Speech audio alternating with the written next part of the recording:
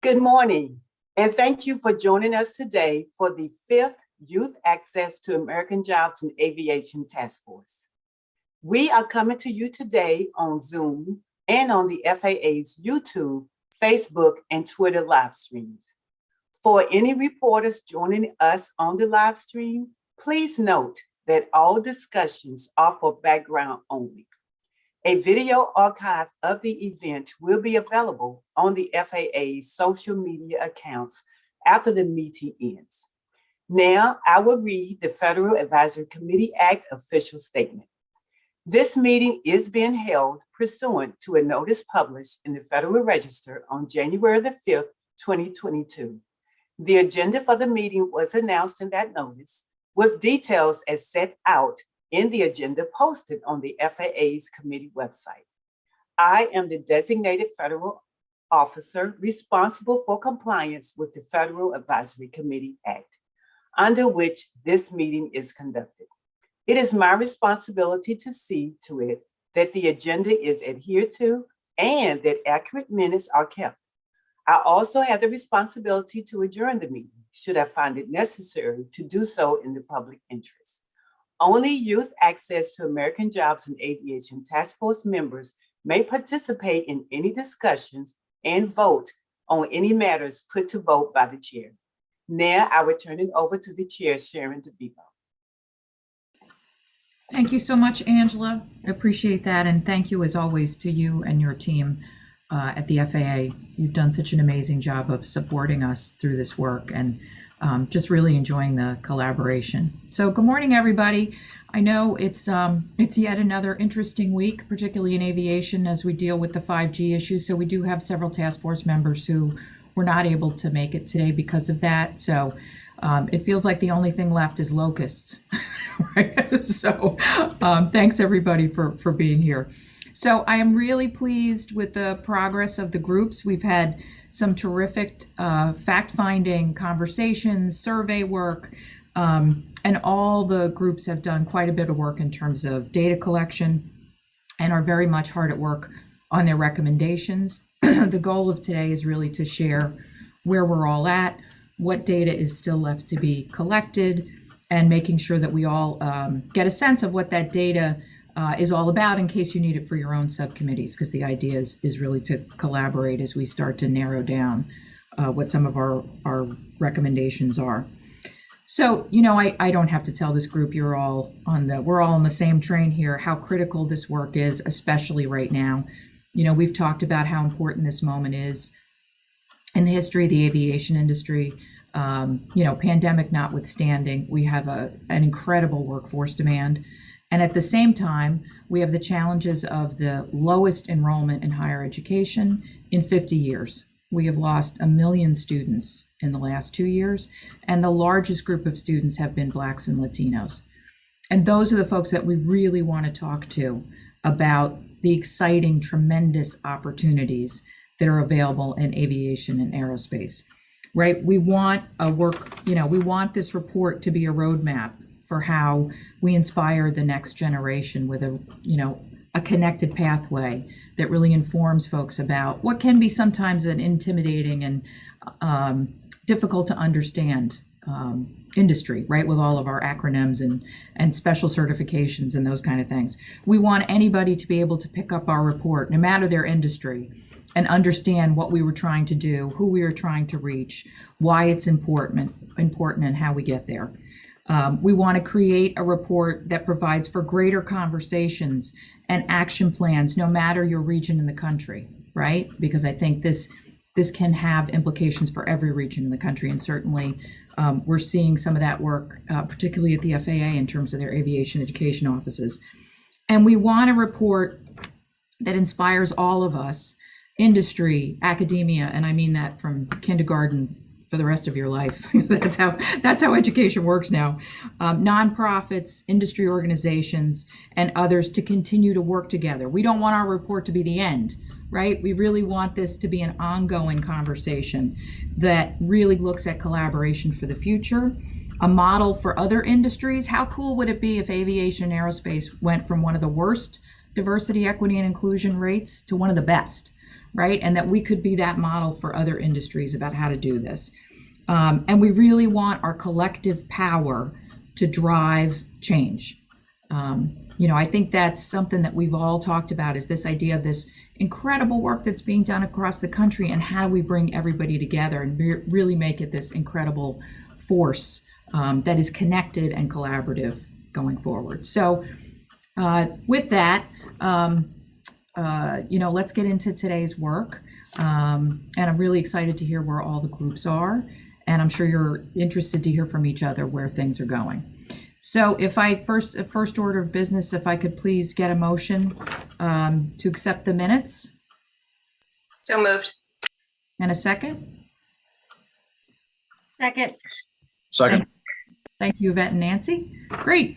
Minutes pass.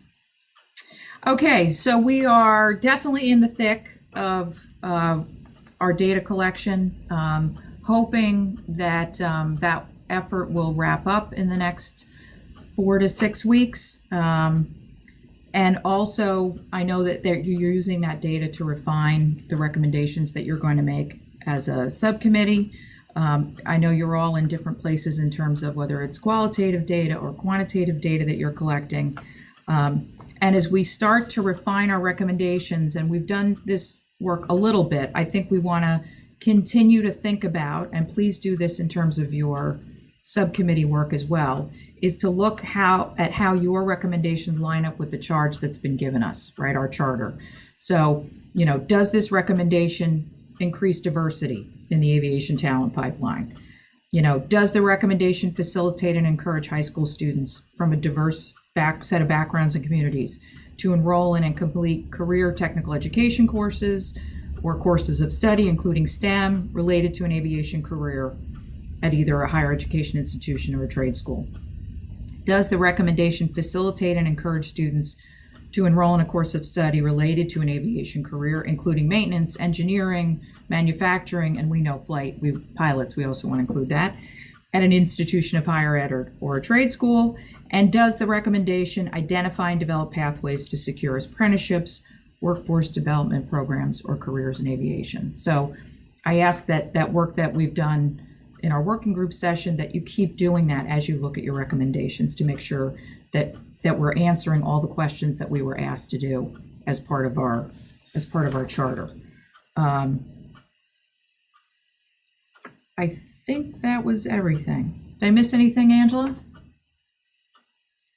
No? Okay. All right, great. So No, you did not. okay. So so let's jump into where we're all at. I won't go in my usual order because poor Yvette always has to go first. So we'll let Ralph go first. So Okay. Ralph. Okay, I'm going to unmute and share.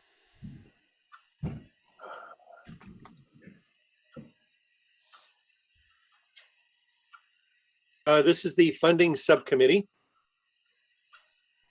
I'd like to look at the task. Let me go back.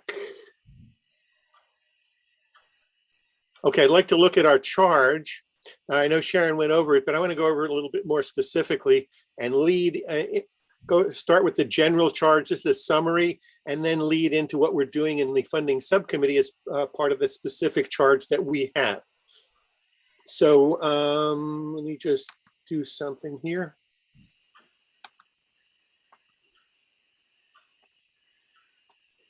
Okay, the charge for the general task force is to, and this is a summary, not the whole charge because I couldn't fit it on the screen, facilitate and encourage high school students to enroll in and complete career and technical education courses, including STEM, and facilitate and encourage students to enroll in a course of study related to an aviation career, including aviation manufacturing, engineering and maintenance, at an institution of higher education, including a community college or a trade school. I added the bolding just for emphasis.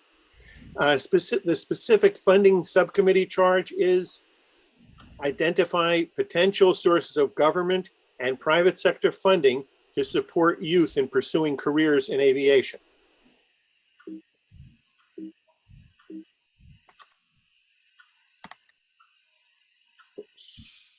And our subcommittee members are, well, I'm still Ralph Coppola, I'm the chair. And we have Tamara Holmes, founder and CEO of Aerostar Consulting Corporation and Aerostar Aviation Institute. John Huff is Vice President of Human Resources at HACO Americas. David Purser is aviation physics instructor, Karnes City High School. Joni Christensen and Michelle Christensen are with the FAA AVSED program, and they've been advising us on technical issues. In terms of our process, we've had an extensive process in terms of our work. We conducted an extensive review and analysis of the literature. We reviewed 40 years of government and private sector workforce reports, going all the way back to A Nation at Risk under the Reagan administration. We researched and analyzed existing funding sources such as government, corporations, foundations, trusts, individuals, and fees. We developed 3 draft recommendations. We're getting feedback from key stakeholder groups using structured interviews. We decided on structured interviews because we gather a lot of additional information, as well as having the opportunity to have comparable data. The stakeholder groups that we are interviewing include commercial aviation, aerospace and defense, Congress, and education. The draft recommendations were developed to address the workforce issue using funding strategies based on the research. The next steps that we have, we're continuing interviewing key stakeholders. We'll keep doing that until we run out of people or we run out of time. And we're interviewing task force members. We're also preparing findings to submit to the task force chair. And that's it. So Ralph, in terms of how many people do you have left that you right now plan to interview?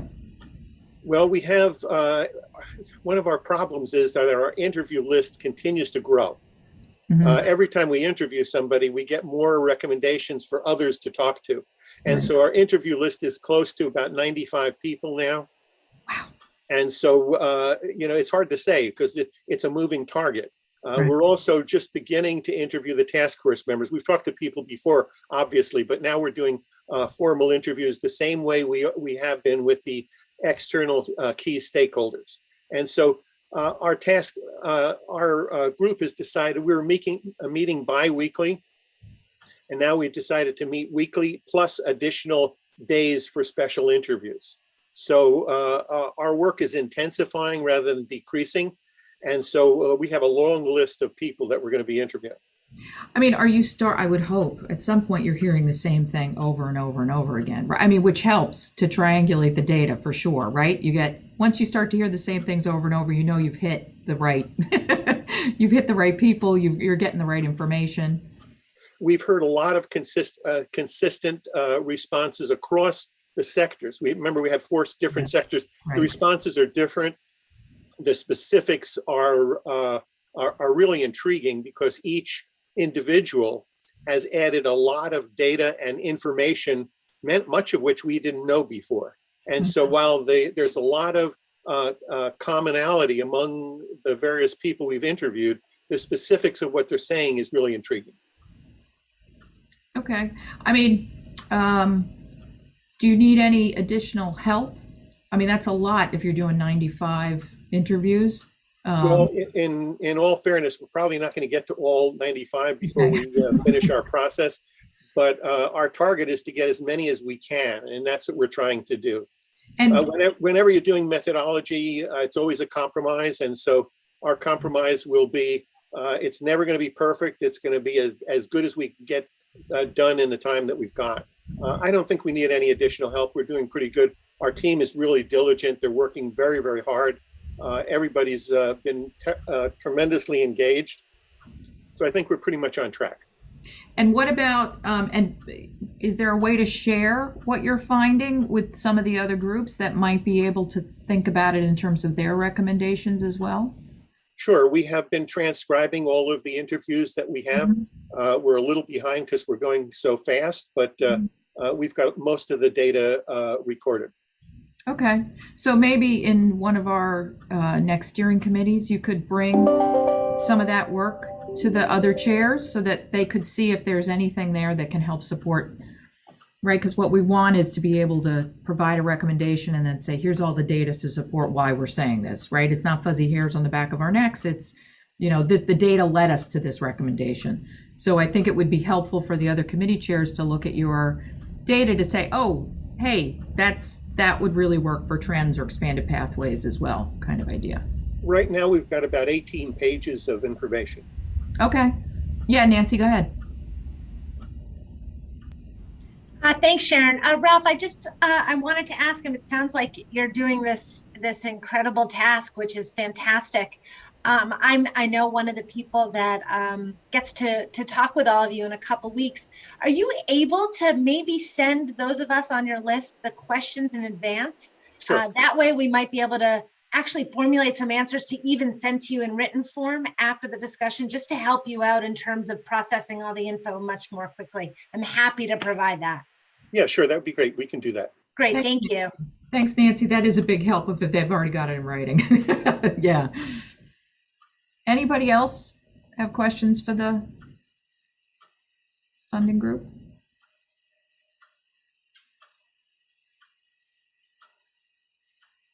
Okay.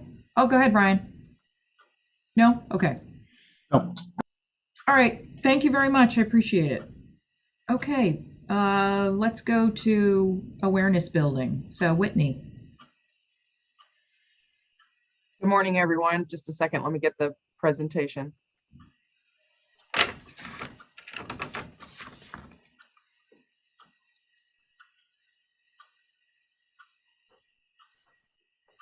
Okay. Hope everyone can see it. So I am representing the awareness building subcommittee today. Our members of the subcommittee today, we only have a couple of us on as we're all kind of running around a little crazy, but Stacy Bechtold is the president and founder of the Aerospace Education Resource Organization, also known as AERO. Myself, the manager of dispatch training at Southwest. We have Captain Jennifer Henderson on our team. She is the engineering test pilot, the chief pilot of the 737 program at Boeing.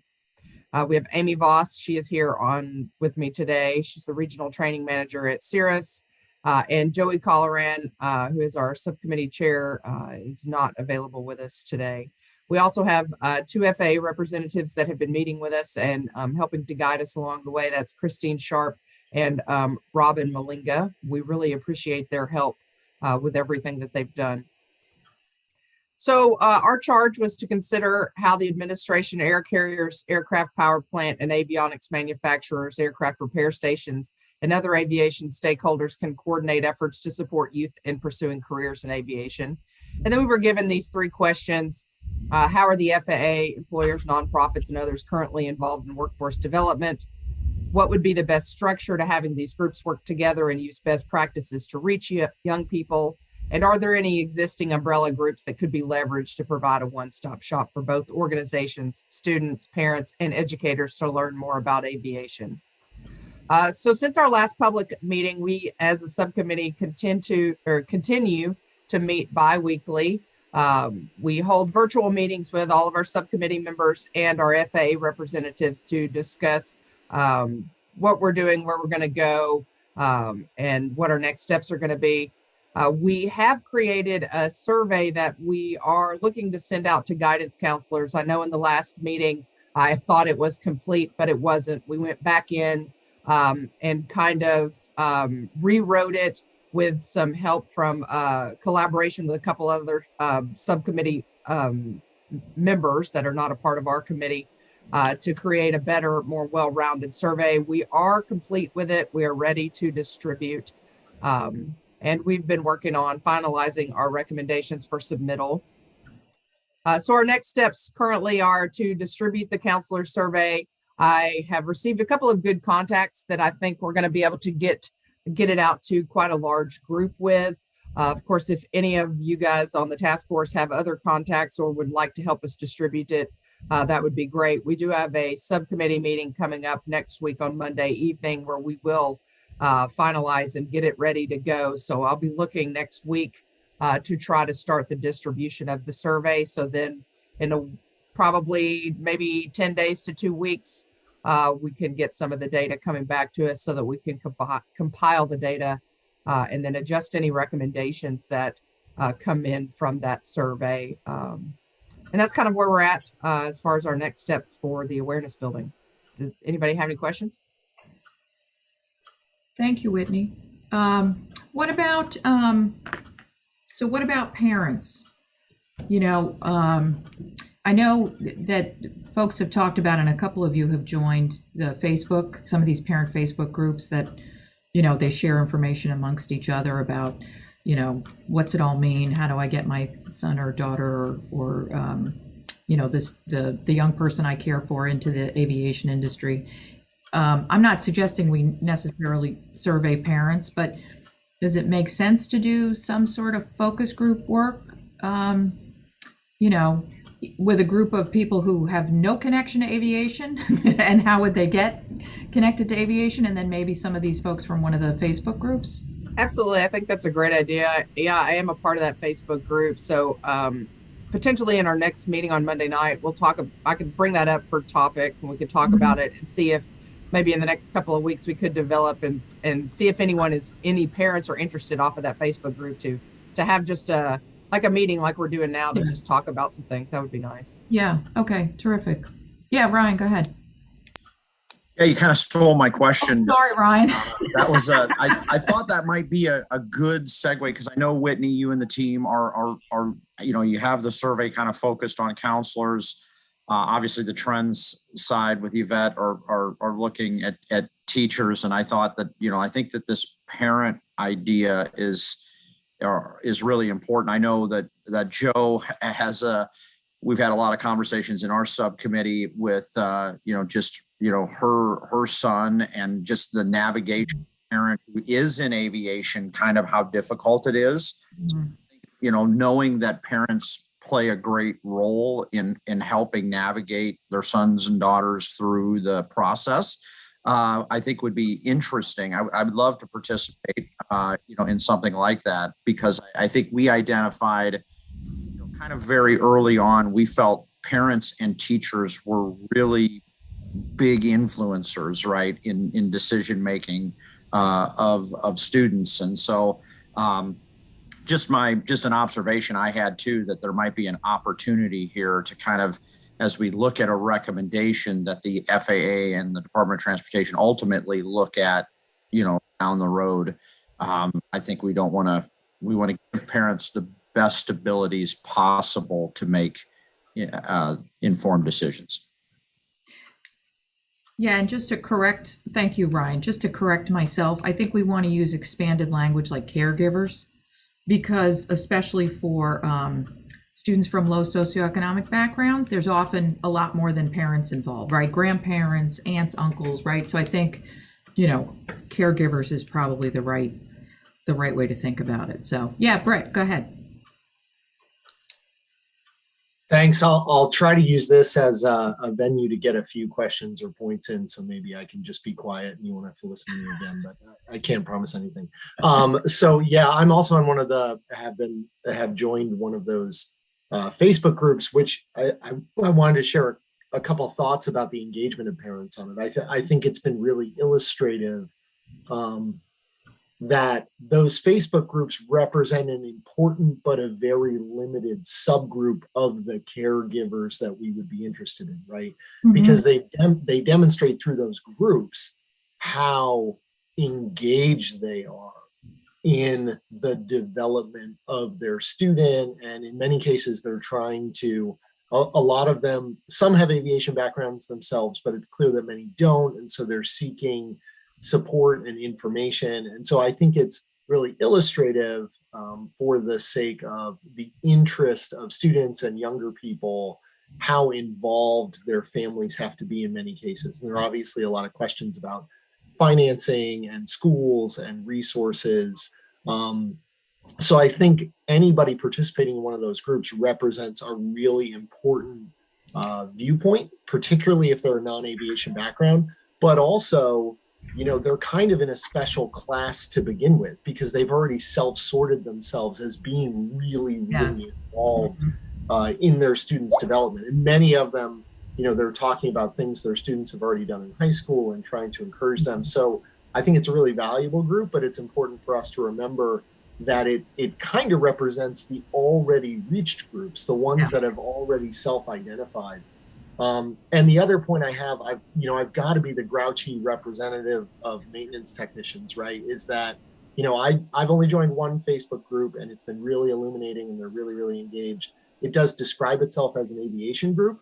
Of course, the FAA has identified more than 50 pathways to aviation careers, and the people on this task force can identify even more. And yet the group is almost universally focused on pilot pathways. So I think that's a really important perspective as well. Pilots are incredibly important. But if we do have these subgroups that are really, really pre-selecting and focusing on aviation careers, that's also a platform for us to say, hey, there are actually a litany of jobs that lead to aviation careers and can progress into different areas too. So that's, and then the one final point, this is hopefully to make this comment complete and I can just hang up and listen, so to speak, is if anyone in the public or anyone on the task force has guidance for getting surveys out to guidance counselors, educators, other groups, particularly outside of career and technical education fields, much more the general education population, holy cow, we would find that very, very helpful, because I think we'll hear from our subcommittee. We'd love to be able to get our own instrument out there much more broadly. So thank you very much. Thank you, Brett. Yeah, that's a great, trying to find people who don't know about, because career and technical education is sort of a subset of people who know that, who can figure out how to get to aviation, right? They sort of have some sense of, because they get asked about different career fields all the time. It's the guidance counselor who's sending students to liberal arts education and also getting a question about, I want to do aviation, but I don't know how to do that, right? It's getting to that group. It's sort of like the parents who don't have any real understanding of aviation either. Yeah, great. Thank you very much, Brett. Yeah, Yvette. Good morning, everybody. Great segue, I think, too, into some of the points I wanted to make. I guess first off, it's true, the counselors, you're going to get kind of this, push-pull, I think, to Whitney and team when you do survey, because I think it's going to, generate maybe thought and, reflection on the counselor's part. Regarding distribution, for whatever it's worth, some of the lessons we've learned in terms of distributing, not necessarily, irrespective of the fact that we were having trouble with wide distribution, is to also put an end date, really try to, get any responses back, within a certain period of time. But I will say, and I'm going to lead into our presentation as well and dive into it a little bit more, it is a very challenging time right now for educators and counselors and anyone in the education system. And we have our own Sid Smith, our resident educator on our team, who's not able to make it today because she's doing a consortium on mental health, which is extremely important. So I just think that there's that challenge too. So you may get better feedback and results from a focus group. I think that opportunity to talk face-to-face might actually be a little bit more valuable to you. It'll be a little bit more work to, transcribe and try to figure out what the message is. And you'll get more of the qualitativeness than quantitative data. But I think right now, it's just a really hard time and we have to recognize that. And let's see, what were some of the other points I wanted to make? Agree about, the parents. Let's try to figure out ways together that we can reach out. But just wanted to kind of raise those issues and I'll get into it a little bit more during our presentation. Thank you. Great. Thank you, Yvette. Yeah, Whitney, please make sure you send me the link because, again, we're kind of preaching to the choir a little bit when I use my institution's list of guidance counselors, but that's okay. Absolutely. Yeah. Yeah, Joe, go ahead. Sorry, on the iPad, there's an extra step here. Hi, everybody. I just wanted to add that, it's wonderful that we do need to get to the parents and the guidance counselors. Ryan referenced, I am a parent of a few high schoolers. And I'll tell you what's been a real struggle for us is even those who are indicating an interest in a certain field, the inundation of information. It's what can we do about their indicating an interest and then avoid their being bombarded by so much information they can't possibly sort through it. And I'll use an example. Our high schooler applied to 8 schools. They're the 8 we're interested in hearing from. Thousands of emails we went through with him on Sunday in his inbox, thousands. Most of them from schools he's not interested in that have nothing to do with the fields he's selected an interest in. And that's not even counting the mail that comes to the mailbox, the physical mail. He was missing important emails about the things he's interested in or the schools he's interested in hearing from because there's so much. And I'd really love to hear from the guidance counselors, the teachers, the parents. What can we do if we find a way to connect with that audience to really make a real connection with them and not treat them so generically that any resource we develop that'll probably be incredible is going to fall on deaf ears because it's just going to end up in a stack or a pile or be impossible to sift through. And that has certainly been something I've seen firsthand. I don't know if it's triggered from the Naviance system or taking a PSAT or a number of different places. I'm sure it's multiple things, but what we're doing is we're actually losing them instead of gaining them. So just wondering if we might be able to work that into some of the awareness and focus as we have these conversations. Thank you. Yeah, thanks, Joe. And sorry on behalf of higher education. I know I have a 23 and a 21 and they actually put down my email address for all that stuff. So, and I wanted to see it, of course. But yeah, and it's because the names it's from the PSAT for sure, and Naviance as well. Yeah, the other thing is, and Joe knows this really well, young people don't read emails. They don't. They want to do, and they want authenticity.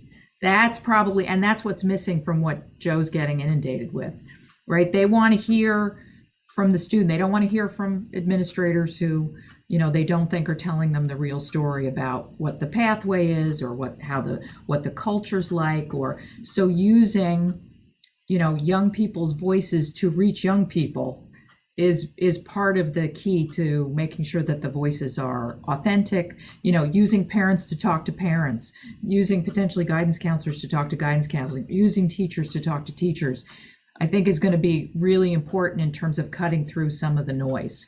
And certainly, Tamara's brought this up about, social media and using role models and people who are, names in aviation, or people who are names in the music industry who love aviation, or those kind of things. You're absolutely right, Joe. We have to remember that we're not the only choice, and that if we're going to cut through all that clutter, we're going to have to think about ways to reach our target audiences in authentic, clear messages, right? So yeah, great point to remember and consider. Yeah, Yvette, you might think about, if in terms of trends, if the way that we reach people now is overwhelming and not clear and not really effective, then that leads to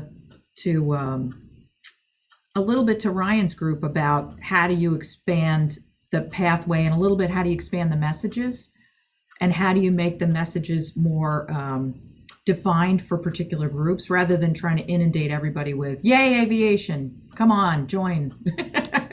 Right? So, great. Thank you, Joe. Yeah, Tamara, go ahead.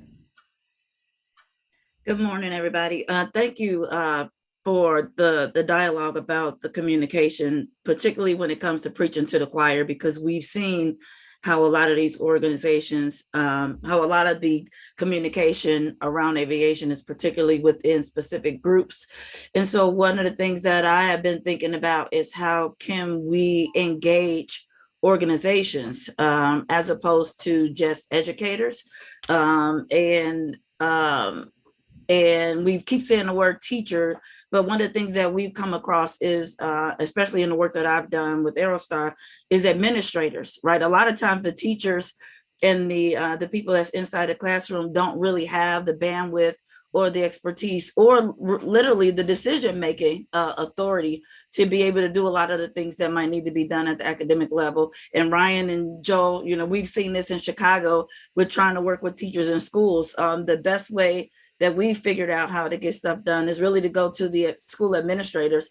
These are the people that are at the executive level and working as superintendents, working over a group of students and managing and curating the academic culture for a large student body. So we're talking about principals, principal organizations, vice principals or assistant principals, and taking a look at administrators and the administrator role in designing the academic culture is something that that we found very useful.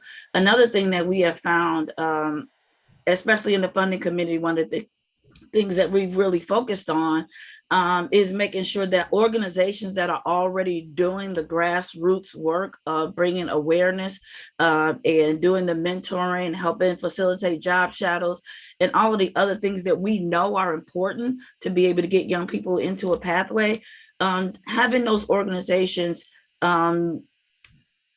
this one-stop shop or this list of organizations can really go a long way with feeding the local talent pipeline, like we've done in Chicago and some of the other places in New York and Atlanta, Houston, Denver, Seattle, where there is a local network of aviation outreach organizations that do have like air traffic controllers coming in and talk to kids, engineers that work for the FAA to come in and talk to kids. That's not a Facebook group. Those are local aviation professionals that are that are linked up and into in cahoots with aviation organizations that are on the ground and doing the work. So that's just a couple of things that I wanted to kind of shed light on, is focusing on maybe administrators at a higher level to be able to help bring in aviation as a part of the corporate academic culture, and then how we can utilize existing organizations and their reach for community engagement and bring in all of those smaller pieces that lead to big results, like the mentoring, job shadows, internships. And I think one of the things that we found is doing both, right? We have to have that, we have to have a portion, each portion of the pipeline, somebody and someone and something focused on that part. So once we get all of those emails flooded in, right, Whitney and Yvette, like we get, where do we go from there once they have all that information? Who are they talking to? Once they call the school back, is the school just treating them as a number? Do they have an advocate or a mentor that they can say, these are the schools that I'm looking at? Like, what is the pathway that's laid out for them that they can have access to and get that real local community support that they're going to need in order to be successful long term? Yeah, you know, Tamara, you bring up a really good point about, you know, if we want this to be a document that people can pick up and use as a roadmap, you know, do we need, I mean, this has been my experience, you need a champion in that region, you need a champion at that school, you need, right? I mean, and we've seen this, and this is one of the things that makes what a lot of these organizations have done so special. And that's because we have become a home base, and we can become a home base for the local aviation community. And so when young people are interested at aviation at any age, when they get connected with the champion organization can help them facilitate their roadmap. And I love that you use that word, because it's clear instructions on how to get where you want to get, and have that sounding board. So I mean, David, at your school, was this you by yourself, or did somebody come to you and say, we should do this? And you said, oh, that sounds great, I'll do it. Well, I want to make a comment and then I'll answer your question. No, we have a team, and the team includes the community in a very big way, including a foundation. But our largest classes are 7th and 8th grade. They're packed. We could not admit more 7th and 8th graders. Also, what we're seeing from the dialogue that I just heard is it's not just the industry itself, but it's students with a generation of apathy right now. They get to their junior, senior year, and it's like, well, the world will place me where I need to be, or I'll think about that later. And later's too late. And I think that's why we are having such a great success with our 7th and 8th grade middle school program. And in that program, we're asking students to create resumes and vitas and interview process. And we're teaching them how to go out and look successfully for a career, not just aviation, but be interested in a career. So I hope that kind of answers your question. But yes, we have had many people in our community. Remember, we come from a small South Texas community, so it is involving a lot of people to reach out to our kids, and a lot of support from administration, school boards, the foundation, and just about everyone. So interesting. So a champion is great, but unless there's support around the champion, it's not going to be successful. I mean, it could be for a short period of time, but to have real impact, it sounds like, right, you need collaborators. Yes, and funding, I just want to make a comment. When our programs began to grow through the 7th and 8th grade, our foundation received quite a bit of money from private citizens that said, we would like to earmark this money for student flight.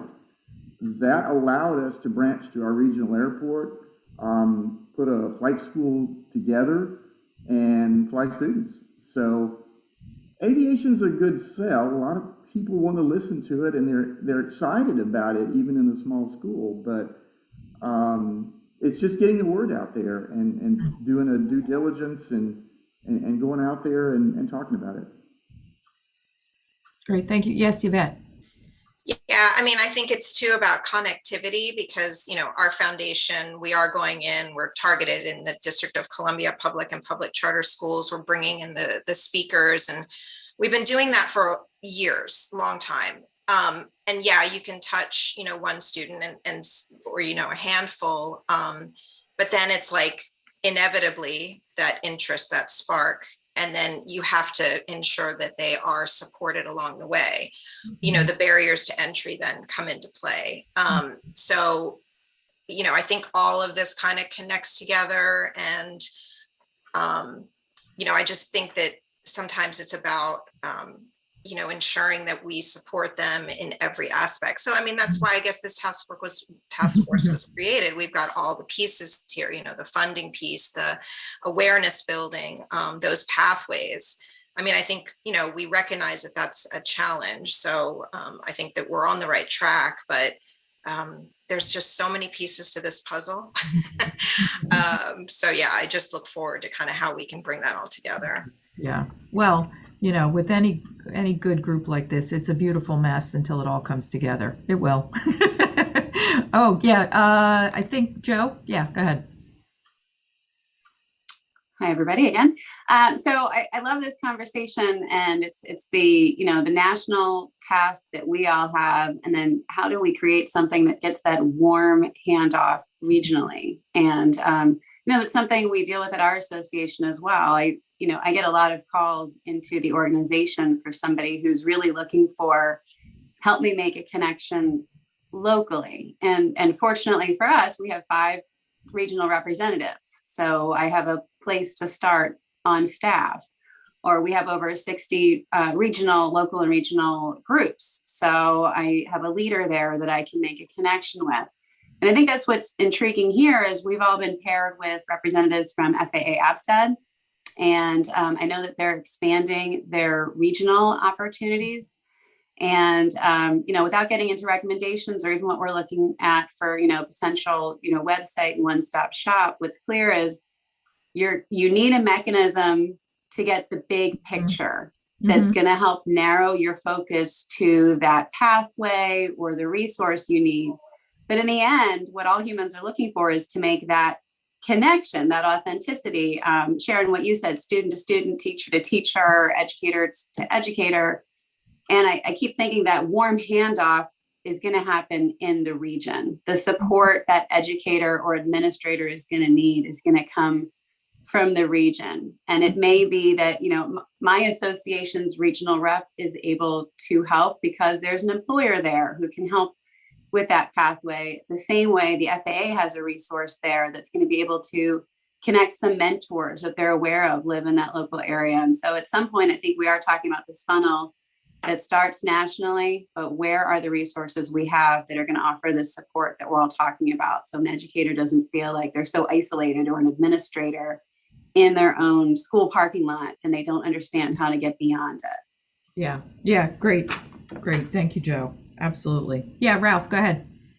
Yeah, we've dealt with this problem with our program. We have an aviation engineering program at the high school level, and it's national and international. And we've dealt with the challenge of reaching out to people across the country. There are 16,000 school districts in the United States. And within those school districts, there are many individual schools, and each of them has their own way of doing things. They're all independent. So the United States education system is a bottom-up system rather than a top-down system that you see in many other countries. So the challenge in the United States is greater than in most other places in terms of getting information out. And what we've done is we've identified state coordinators to be able to help us get information out within their state. And they are the point of contact for our program. In addition to that, we found that getting information out to teachers is a big challenge. Teachers are really busy all the time. They have a lot of work on their plate. And so we found that it takes between 5 and 8 emails per teacher to get them to respond, because their email inbox is always full and they're busy with a lot of stuff. And so it takes that many emails to connect with one teacher one time. And so it takes a lot of effort, and it requires an institutionalized mechanism to be able to coordinate and implement that kind of response. Yeah, with resources. Yes. That's the key, is the resources piece. Okay, terrific. Any other thoughts before we move on to Yvette? Okay, Yvette, over to you.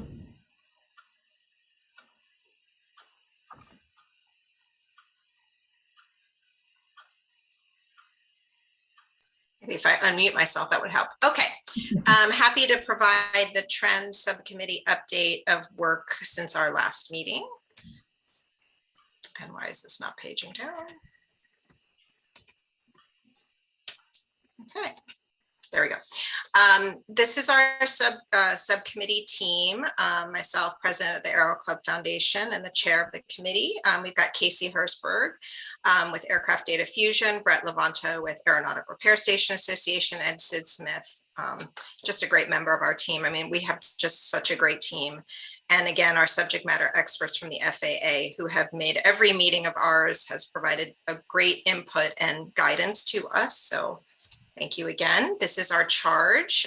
We identify trends that encourage or discourage youth from pursuing careers in aviation. So it's quite a big task, but we're kind of focused on the data.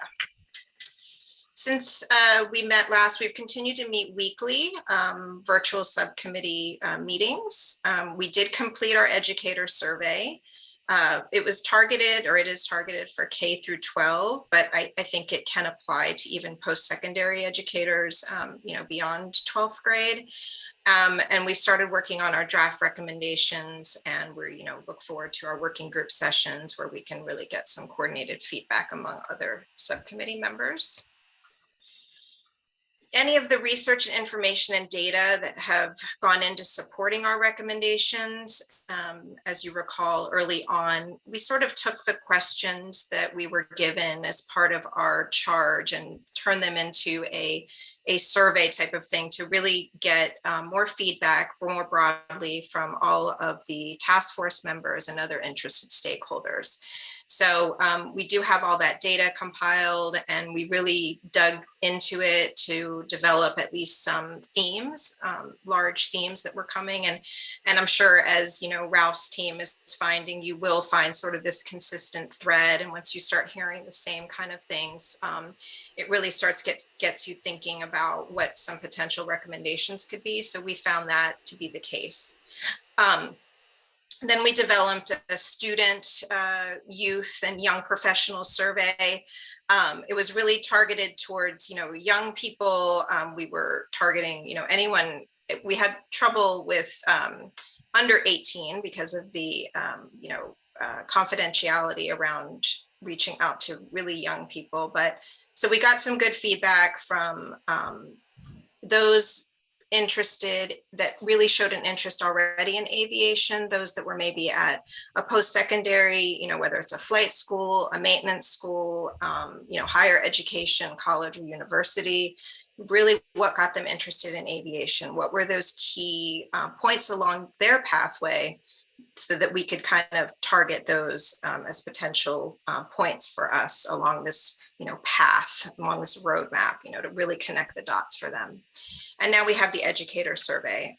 We've also used articles, data, and reports kind of early on, and I'm sure a lot of kind of what the funding subcommittee. So I assume our report is going to have a lot of appendices.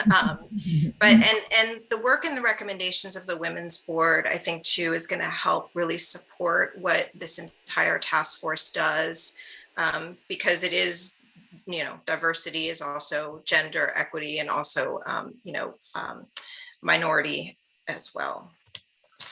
So we wanted to raise some issues for task force consideration here, because we have found a low response rate to our educator survey, and Whitney and team, I'm not sure if you're going to find the same thing. I think, we've talked about the challenge of wide distribution. We are not in the educator space. We don't have those contacts.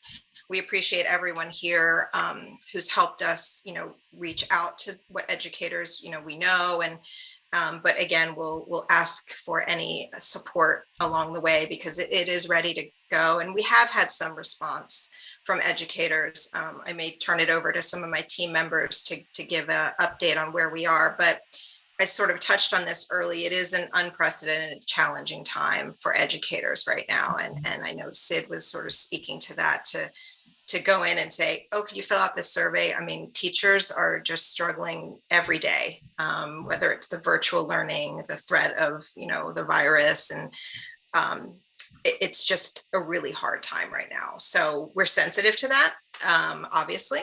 So we've just kind of come to sort of a headway right now with that.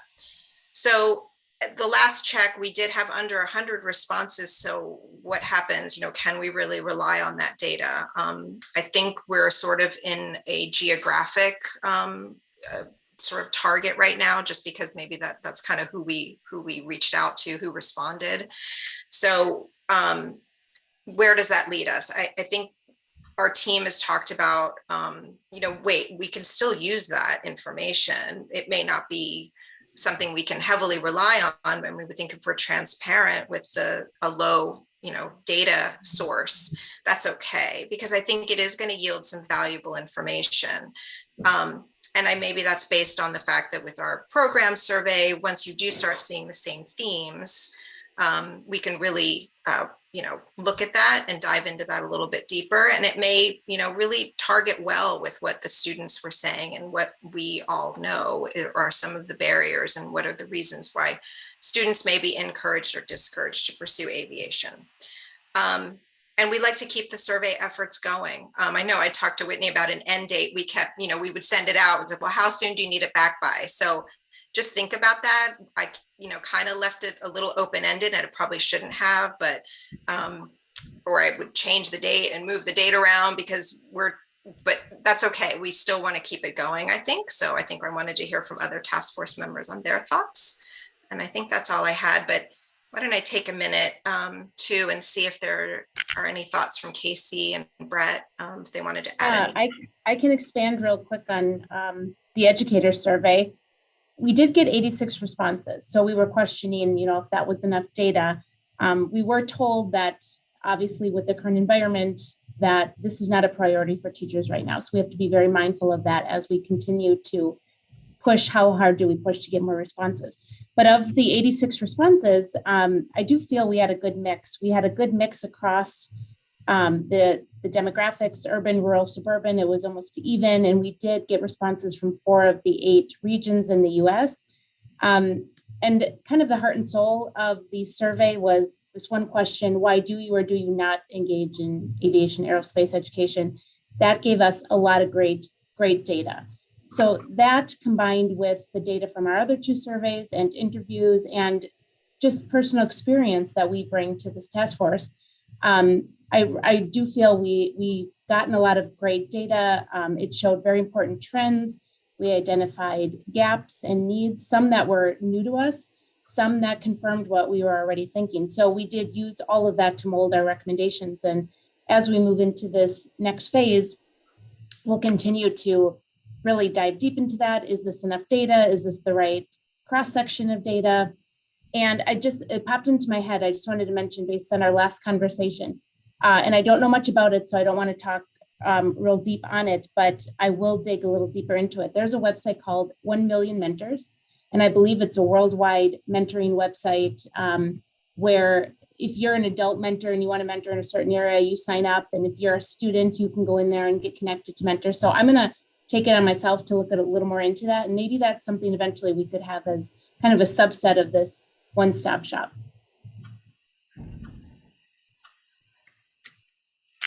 Brett, anything to add? No, but I think I got through most of the key points, particularly related to the educator outreach, kind of in my initial block. And we do, I think we asked a lot of questions based on experience that we already had, and responses that we saw taught us a little bit, as Casey said, but also fell in line with things that we already knew. And there was a little bit of push polling that we would have liked to have done too, in terms of reaching those otherwise untouched educators, which we were trying to ask administrators and teachers. But again, our distribution ability was much more limited when we did our program survey, because our contacts are just not as strong outside of aviation or technical education, which is really the area that we wanted to touch. And what we wanted to be able to demonstrate was the potential for the viability of teaching about aviation skills and careers, not necessarily in a way that indoctrinates directly into the career field, though it's really cool to hear about programs that are teaching about career skills and soft skills to 7th and 8th graders, but even just to show that aviation provides a lot of interesting information that can be used to help bolster other knowledge and just make it kind of a part of the student's DNA.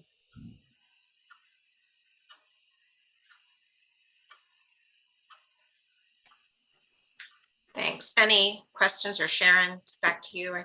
Yeah, so just my first thing is, in terms of is it enough, right, with the 86? So I think if you waited a year, I think you'd have the same problem trying to get educators to answer this. Well, I mean, because this is going to be, so the pandemic has created a huge learning loss that we're probably going to be dealing with for a generation. So if teachers were busy before the pandemic, it's going to be even worse during and post-pandemic.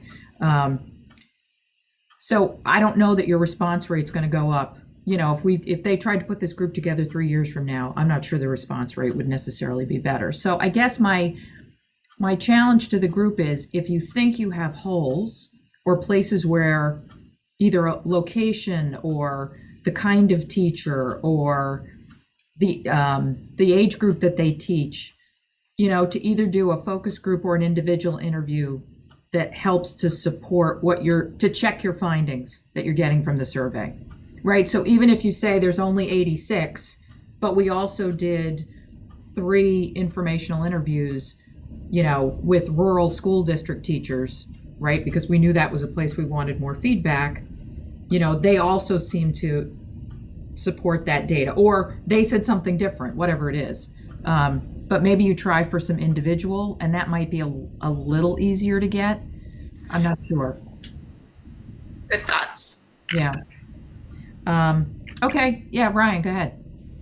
I was just going to say that Angela gave us a new contact in our subcommittee from the Association of Career and Technical Education, and we're setting up a meeting with them. They were very interested in our subcommittee and the work that we were doing. And as you were talking, I kind of thought maybe this would be a group too that could help if you get information out to, at least career and technical education and, instructors. So I'll definitely ask that question when we have that meeting and see if they can help. That'd be great. And I think all the task force members should have the link. I mean, I can resend it or ask Angela. Well, I'll probably resend that if anybody needs it. Hey, Ryan, actually, just on that point, because I asked for that contact too for this exact purpose. Maybe for the sake of that contact's time, if you wanted to just coordinate, your meeting with them and we can piggyback on it, at least as an initial meet and greet, that might be really great. Yep, I'll do it. Thanks, Brett. Yeah, Tamara, go ahead. Thanks. Ralph made a really good point about the way American education is more bottom up and in other parts of the world is top down. When I think about what we're up against as a task force, one of the things that just came to mind during this conversation was, is there any past precedent in trends where we were able to get careers in front of kids in a real way? A couple come to mind, which is coding. Coding has been infused into American academics in less than 10 years. I would venture to say in 5 years. One of the biggest conduits for that being able to happen was First Lego Robotics. They took the lead and then was able to create the justification for the rollout of coding classes during the school day. I know I'm giving my age away, but I took typing on the typewriter, and but before I left high school, though, they did bring in the computers, so I was close. But computer class became mandatory because of where America was going. When we look at engineering became a part of the fabric of courseware in American high schools because they realized that there was a need, but these are all initiatives that came from the top down. And so when we talk about, and I see a lot of heads shaking because we've been through this a while, we're like, we've seen these major swaths of curriculum and ideology shifts come into the classroom with regard to career and technical education and training. And one of the things I want us to think about, or I would ask the Trans Committee if they've considered looking at other trends that have happened that changed the landscape of the academic arena when it came to career exploration and workforce development. Coding is one, IT, information technology, and computers is another one, and engineering is one, just that I've seen since I left high school. And so I think that might be helpful to see what organizations or pathways created a roadmap for these young people. I know with coding, Cisco launched the free high school curriculum for a coding certificate in C+ or one of the other coding languages that was free. And so there may be some ways that we can connect industry and philanthropy with academia. And I think this is part of this came up on a lot of different committee meetings that we've had, where our communication and what we're finding, how much of that can we translate into real partnerships with the Department of Education, right? With the Department of Labor, with the FAA, with the Department of Defense, because I'm afraid that if we don't take a top-down approach while we're taking a bottom-up approach, we could be and in the middle of having to reinvent education anyway post-pandemic. This might be a perfect opportunity for us to make something new in collaboration with a top-down approach, because a top-down approach is going to be needed to fix the education gap that was caused by COVID. A top-down approach is going to have to happen in order to fix that. How can we convince academia and the Department of Education that within that top-down approach, we also address the low college matriculation, which was also a top-down approach from the United States government to get more kids on a post-secondary pathway. Everything changed for that, including standardized tests, the ACT, SAT, back to ACT, back to SAT. So, you know, until Ralph mentioned the top-down approach and how it's been done, we've done it well in the US, but we haven't been consistent when it comes to workforce.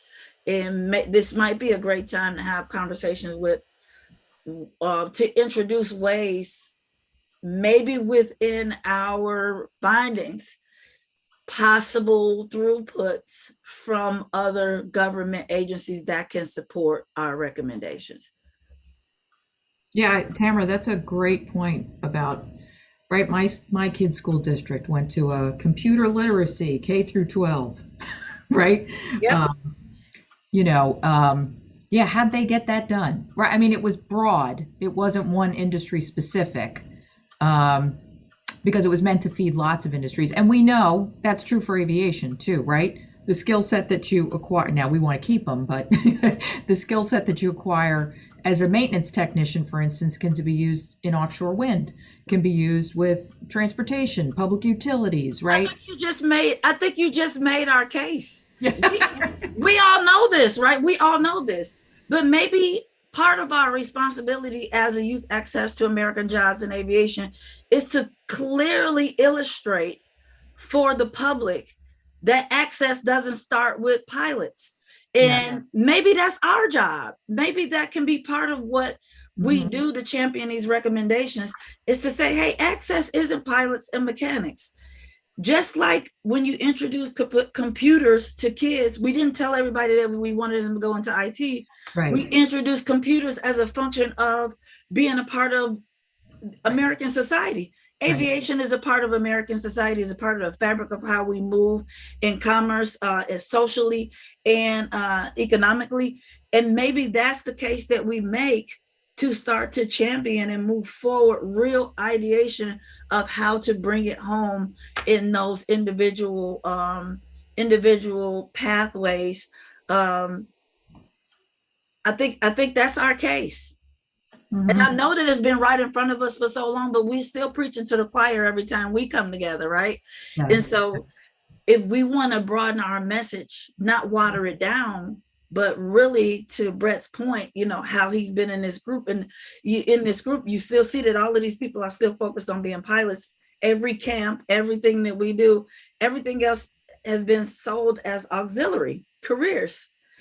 Alternative pathways to pilots, just like, you know, everything outside of a college degree was sold as an alternative pathway, until we came up with different language to reframe post-secondary opportunities for young people, and not calling anything, you know, primary or secondary, or, you know, less attractive, and just creating a level playing field for all kids. Because I think when you started out the conversation today, when we talked about some of those initial awareness pieces, you really hit on the fact that a lot of the conversation, a lot of people are intimidated by aviation because all the acronyms, it's a huge learning curve. But then that's another barrier that we have to look at, as how can we bypass this? How can we make aviation appear to be less intimidating? And it's not as intimidating as once we all get past that threshold of, oh, this is easy. You know, we talk to kids and they have acronyms for words now, like they don't even talk. That whole vocabulary is acronyms. So yeah, I think there's a way to be. Well, I mean, look, I think we have to make the case that this is not just a nice to have; it's a national imperative, right? We know, you know, I'm saying stuff you all know, right? We're an economic driver. We're the lead, right? We're the bleeding edge in a lot of cases for innovation, for community development, for, right, all of those, you know, it creates opportunities to collect more tax dollars, right? If you want to be really simple about it, right? Not only from the industries, but also from the individuals who get jobs and can now, you know, pay taxes and buy a house and, right? Do all those things that lead to long-term success for us as individuals, but also for us as a country. So making it a public good, I think you're absolutely right. It has to be put in that, we have to make that case at the beginning to say, this isn't just because we want more people to work in our industry. Yes. This is the driver for the whole nation, right? Yeah. Yeah. Great point. Thank you, Tamara. Yeah, Ralph. Well, I'd like to follow up on that. Actually, 2 points I'd like to make. First, I'd like to follow up on what Tamara was saying. We've been doing a lot of interviews with people from all different sectors of the key sectors of the aviation and other communities. One of the things that was really consistent across the board among everybody, whether they be from commercial aviation, aerospace and defense, Congress, or education, everybody agreed that this was a major national crisis, the aviation workforce issue. Mhm. Everybody agreed. That was universally accepted across the board. When we look at some of the specifics, though, it becomes even more interesting. One of the people that we interviewed was a pilot from one of the major airlines. And he made the point that during World War II, the United States set up a major national initiative to get pilots trained. The Tuskegee Airmen was one of the examples of one of the elements that was addressed to help include diversity in the cadre of pilots that were trained. And we needed them because of the war effort. We had to have a lot of pilots because it was a national emergency. After Sputnik in 1957, we also made a major national push to address science, technology, engineering, and mathematics because we were terrified that the Soviets were going to outpace us in the space race. So we have some history in our country of addressing major crises at a national level with significant initiatives to address those crises. I think we're at that inflection point again today. And I think one of the key points that we can make in our report is to call for that kind of national effort to address this major national crisis. Sharon, you were talking about how it affects all sectors of society. It does. But if we look at aviation, it's divided really into two parts. You have commercial aviation and you have aerospace and defense. If we look at both of those sectors, it represents 7% of the national GDP. That's a big chunk of the US economy. If that part of the US economy fails, we are in significant trouble in terms of global economic competitiveness and national security. Those are the kinds of cases I think we need to make to get the whole country on board to look at this as a national crisis that we have to address at a national level. The second point I want to make goes back to what Yvette was saying with her survey. From a scientific methodological perspective, I think that that the data that her group has collected is fine. I wouldn't quibble too much about the numbers right now. I think the only thing she has to be careful of is how she generalizes the discussion when she makes the generalizations about the nation. If she qualifies it, I think the discussion is fine. Just to make sure you don't say that this is representative of the whole country. The other thing that I would suggest to Yvette's group is that we've been very successful in using structured interviews to get a lot of really interesting, rich data. If they're interested in following up with some structured interviews to go after the survey data that they've had to add some additional information, our team would be happy to help her do that. We've had a lot of experience now with that structured interview process. You don't have to have as many people as you would in a survey process. So we'd be happy to help if there's interest in doing that. Thank you, Ralph. That's terrific. Yeah, Joe, go ahead. Oh, I'm loving this conversation. And I think we can all agree that there can be a very broad definition of what constitutes an aviation career. And if we had a whiteboard in front of us and we're able to list every single career that we can think of that you don't think of as aviation until you think of it as aviation. Some of my favorites are, you have a student who's really interested in interior design and you translate that to their ability to equip a cabin. But the math that's involved with that, when you think about the weight that things have to be and the sustainability that they need to take into account and all those things, it's not as easy as doing a room in a house. We're talking about weight and balance and what you need to use in materials for an aircraft cabin.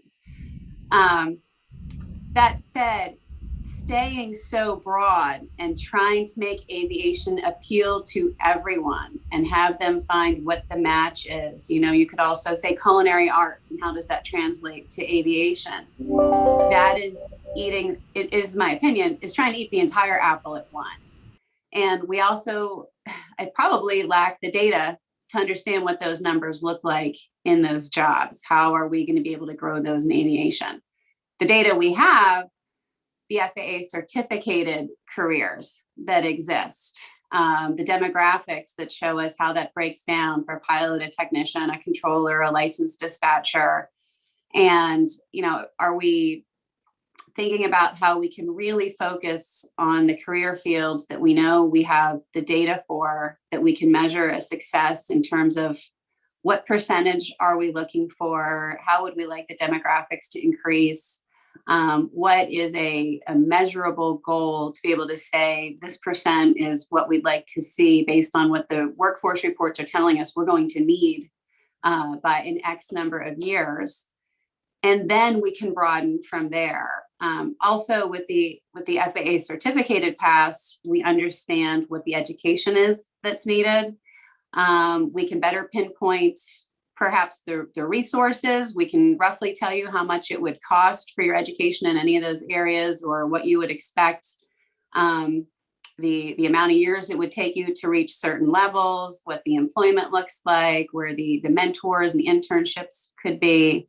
And so I'm just wondering, are we trying to eat the entire apple, or do we want to narrow the conversation, knowing it can be broader as we prove success in some of these measurable areas? And then we broaden out. And I have had to get very smart recently. I'm not trying to use my kids as all my examples, but the other high schooler is not interested in being a pilot. He's interested in being an automotive technician. He's a freshman in a CTE program. You know, a month of learning remote the last 4 weeks, he's very bored on the CBTs. Yes, you can only do so many torque wrench quizzes. He's been back in school 2 days this week, and all I've heard about is how he's been taking apart drum brakes and what that is like, and how he was trying to, I don't even understand the language he was using. So I'm trying to become smart in a field he's interested in. At the same time, he's starting to realize how that could translate to aviation. And he's starting to ask me questions about what that might look like. And so there are these translations that exist that aren't hard reaches if we can figure these things out. But it's a lot harder, I think, for me to get a culinary arts student or an interior designer and try to make that jump right now. But we can prove success in some areas and then broaden. And I'm just curious what others' thoughts are in that vein. So I think in terms of our report, we can certainly make the statement, any job you can think of, you can do in aviation. But our charter really calls for us to specifically address certain job pathways, right? Maintenance technicians, pilots, avionics gets mentioned, engineers, right? So in some sense, we're being asked to narrow, right? So I think we can make the big statement, but we're going to have to address specific fields. I mean, I think the other thing that you raise a good point about, Joe, is this, and I'm not sure, is our group the group that says, here's the metrics you should use to measure success, or is that another group, right? Are we laying out sort of the big plan, and then somebody else, for lack of a better word, is going to operationalize it and say, here's the number of, you need 10% women by 2024, right? You need 20% women by 20, those are the goals, right? Is that something we want to do, or is that the recommendation? Because I think one of the things we've talked about is who carries the water after we're done, right? What does that industry, educator, nonprofit group look like that? And maybe it's this legislation. Ryan and I had this conversation the other day about this national center. Are they the ones that are going to say, okay, here's the plan, and then we're going to determine the metrics of success? we're going to say for that particular idea, here's what success looks like? Or do we want to take that on as well?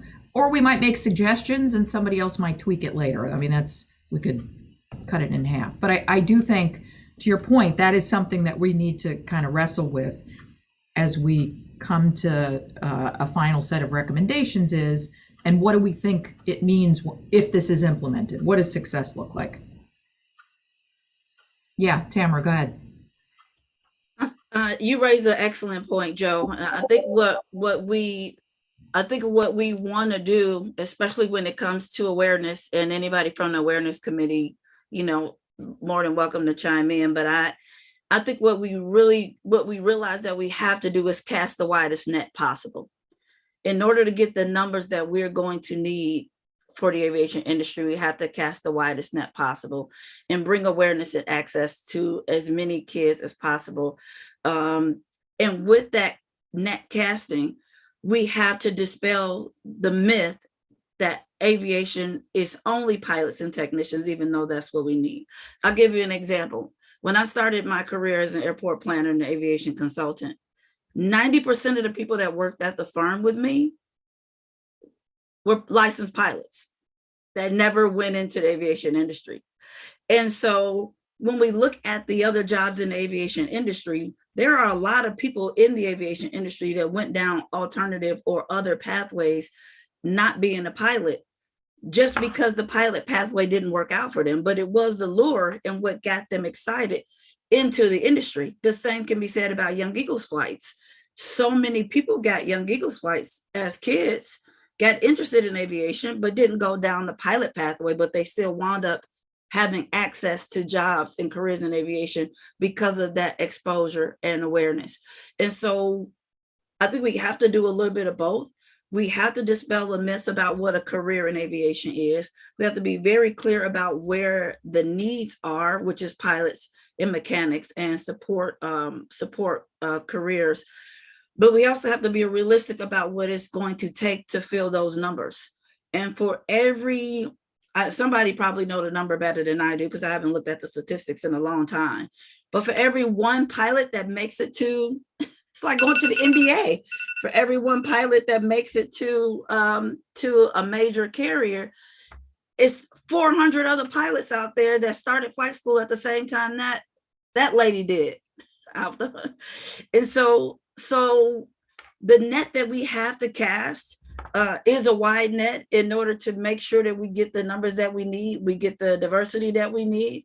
And while we're casting that net, we have to do, and when I say we, I mean the industry, not necessarily this task force, but when we're casting the net, we have to be intentional about making sure that people who have an affinity and an interest towards aviation careers, that they have access and opportunity to get into those pathways wherever they lead them.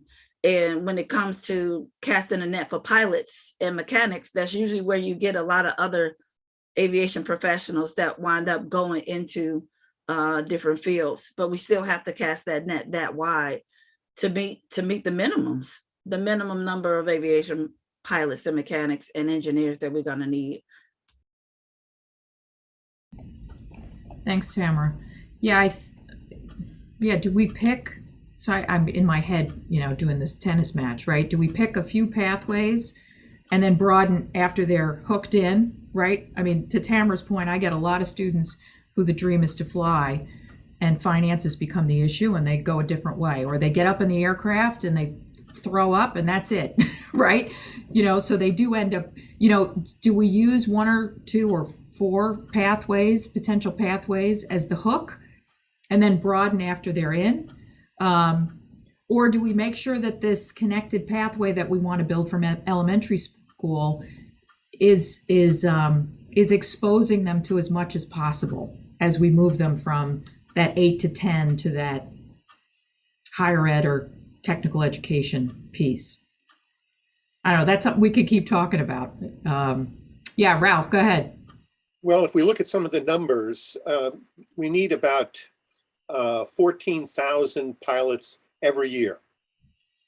We need about 34,000 AMTs, aircraft maintenance technicians, every year. We need about 46,000 engineers every year. That's per year. Every single year, we have to produce that many just to keep pace. If we look at those numbers, we can't get from point A to point B without including people from all sectors of society. And that means we can't rely on the white male population to do these jobs. We have to include underrepresented groups like African Americans, Hispanics and others, and women. And so whatever we do has to have a pathway for all of those kinds of people to enter those jobs. And if we're to looking at the point that was made earlier, are we focusing at the whole picture, or are we narrowing the focus to targeted areas of need? As you suggested earlier, Sharon, we have a mandate from the charge to focus on specific areas. That's a really huge job in and of itself. We may not be able to address every single area of aviation. Certainly, we'd like to have the people at the counters who are checking people in, and the people who design the interiors and all those kinds of things. Those are important too. But if we don't get the pilots, the AMTs, and the engineers, the whole thing is going to implode. So those are the critical pathways that we have to do. The other things are nice to do. And we have to include everybody in the country to get to those numbers that we need. And that means we have to address diversity, both from the ethnic perspective and the gender perspective. And that is absolutely critical, or we'll never reach our goal.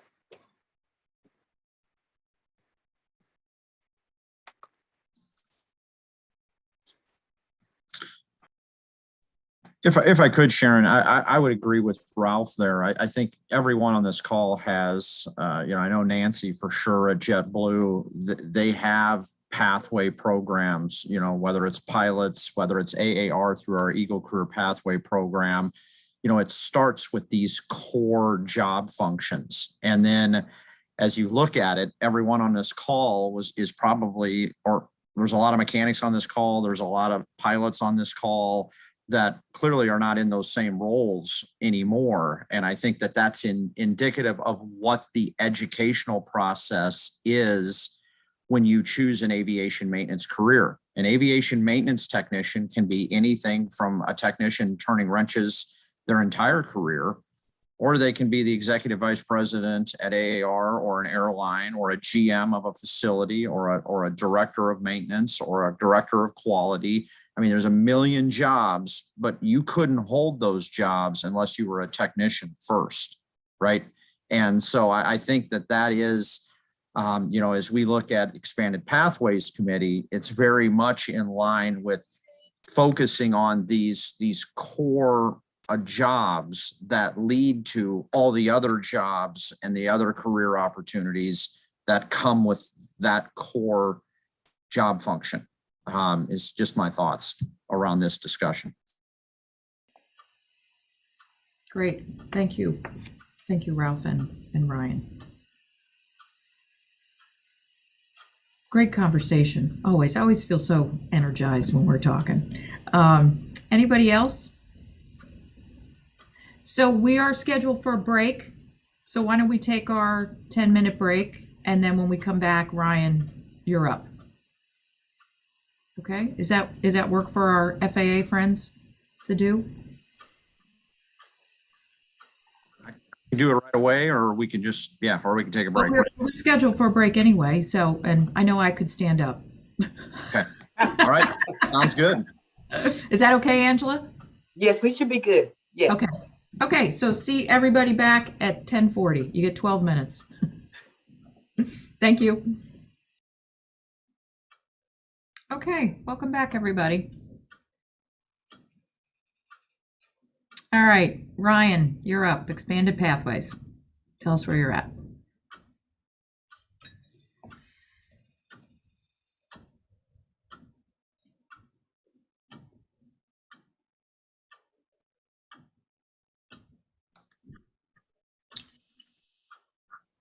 Right.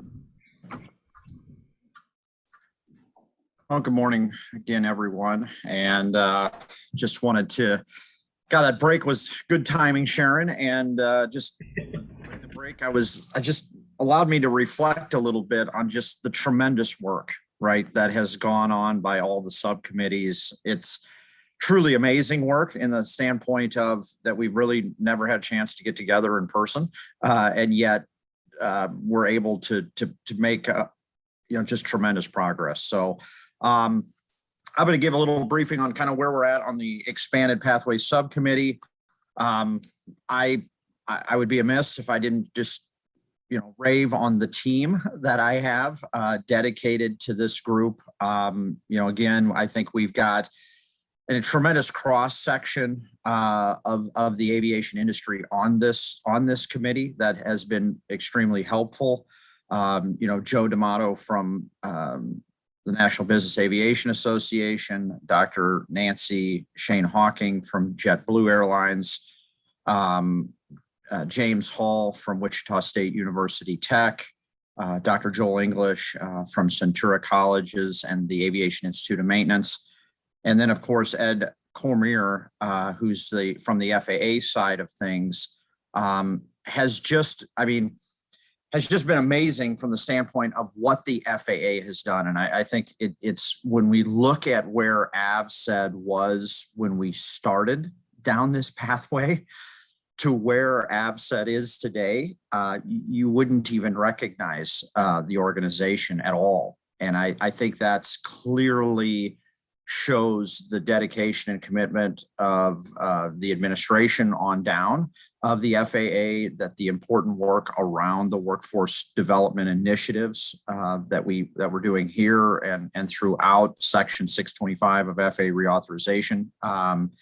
I think AvSed is a classic example of what the FAA and how important this work is to the FAA. So with that, just kind of going into what our specific charge is, and is really identifying the methods, as it says there, to enhancing aviation job skill, apprentices, training, mentorship, education, outreach programs. I think our committee really was focused on taking in, was not focused on reinventing the wheel. Right. There was tremendously good programs, outreach programs throughout our country. The idea that we had was to really take a look at each of those that we thought were having major impact, and then look at how best to replicate them on a national scale. And that was kind of the tasking that was that we went down. And so we as a committee, we've been meeting bi-weekly, and I applaud the members of the subcommittee for making those meetings, for those meetings to be incredibly engaged. I think what's interesting about our committee is I think because of the dynamic of the committee and the expertise of the committee, I mean, we really settled in very quickly into a kind of a cadence of looking at and talking to key stakeholders, doing various interviews with aviation museums and aviation programs that we thought could have influence or actually were having influence and significant amount of influence. And we also looked at, and I think the theme that you hear today is just how much the subcommittees either build on one another, they interface with one another, in finding what we think are the most important folks, both on the counselors and the teachers and the parents, all being critical links. How do you link them together? What are strategies by which that happens? And then we had a really kind of very early on, and you kind of heard it throughout the conversation this morning, is we kind of created a subcommittee that's really focused on an evaluation of website design.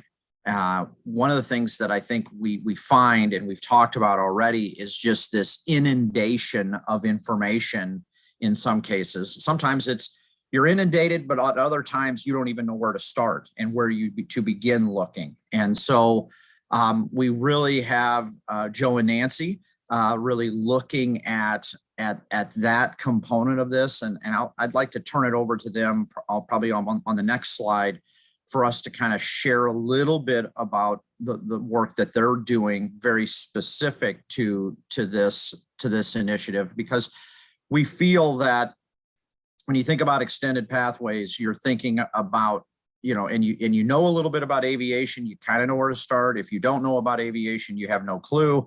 But then at the other side of the coin is, where do you, of that is how do you find the information readily and easily to make those kinds of decisions? Because we talked about just before the break, this idea that most careers start with a core job function in aviation, whether it's a flight attendant, whether it's a pilot, whether it's a technician, whether it's an air traffic controller. And from that core function, you can go anywhere you want. And, I look at myself, I started out as a pilot and now I'm in workforce development. I would have never thought that in a million years. So kind of understanding that and creating those pathways is something we're very, very focused on, within the committee. We feel that the next steps, through the last meeting that we had, there's really some key work that we need to do with the Federal Aviation Administration. COVID has created some challenges just with the availability of people, and just the things that they've got going on is tremendous. So it's not a lack of, it's just a timing thing for us. But one of the things we've really focused on, and you look at career and technical education programs, especially in high school, CTE programs, it is very important that there's a credential received. And I think when you start to look at the FAA certificate, you look at the fact that they're in high demand in fields that aren't even in aviation. So, we know that many A&Ps go to work in industries completely outside of aviation, whether it's oil and gas, whether it's wind energy, whether it's power distribution companies, whether it's nuclear energy, or even Walt Disney World. There's A&P technicians working on the rides. And so they do that because of the skill set of the A&P. As an example, though we're focused a little bit on A&P here, it's the same thing as it applies to whether it's piloting, whether it's dispatch, and so on. And the idea is there's certification, but is there stepping stones along the way that could be credentialed programs that help lead to ultimately certification. And so the A&P is unique to that, because I think there's so many skill sets bundled up into an A&P program, whether it's whether it's sheet metal or composites or electronics or pneumatics or ice and rain system. There's just a lot that other industries find valuable. So I think there's a conversation that we want to have. Joel and Jim and I really want to have that conversation yet with the FAA. And then there's some work that we're doing on the museum side. We've really gone down this pathway, and really thanks to the Trends Committee and Yvette for kind of opening the door to the Smithsonian and the work that they're doing with teachers. I think it's a unique model. I think that there are great aviation museums all over the country that present themselves well to maybe looking at expanding something like that. So we've got some work that we're doing, with that as we push towards final recommendations. And then, of course, and I forgot to make this bullet point for Nancy and Joe, but I'd like to kind of turn it over to them a little bit and have them talk about the work that they're doing, around this website and this virtual counselor idea and some of that great work that they've done. So maybe Joe or Nancy, if I could have one of you kind of start the conversation, and then of course once they're done, obviously the group then is clearly working towards final recommendations of our subcommittee. I think we're on target to meet to meet the expectations, Sharon, that you've laid out. But still some work yet to be done, in our area. And before I turn it over to Nancy and Joe, I did want to just say we continue to get, and I think Ralph made note of this also with his 91 people he wants to interview. It's amazing what the task force has done. There's been continued outreach. We're working with the Association of Career and Technical Education.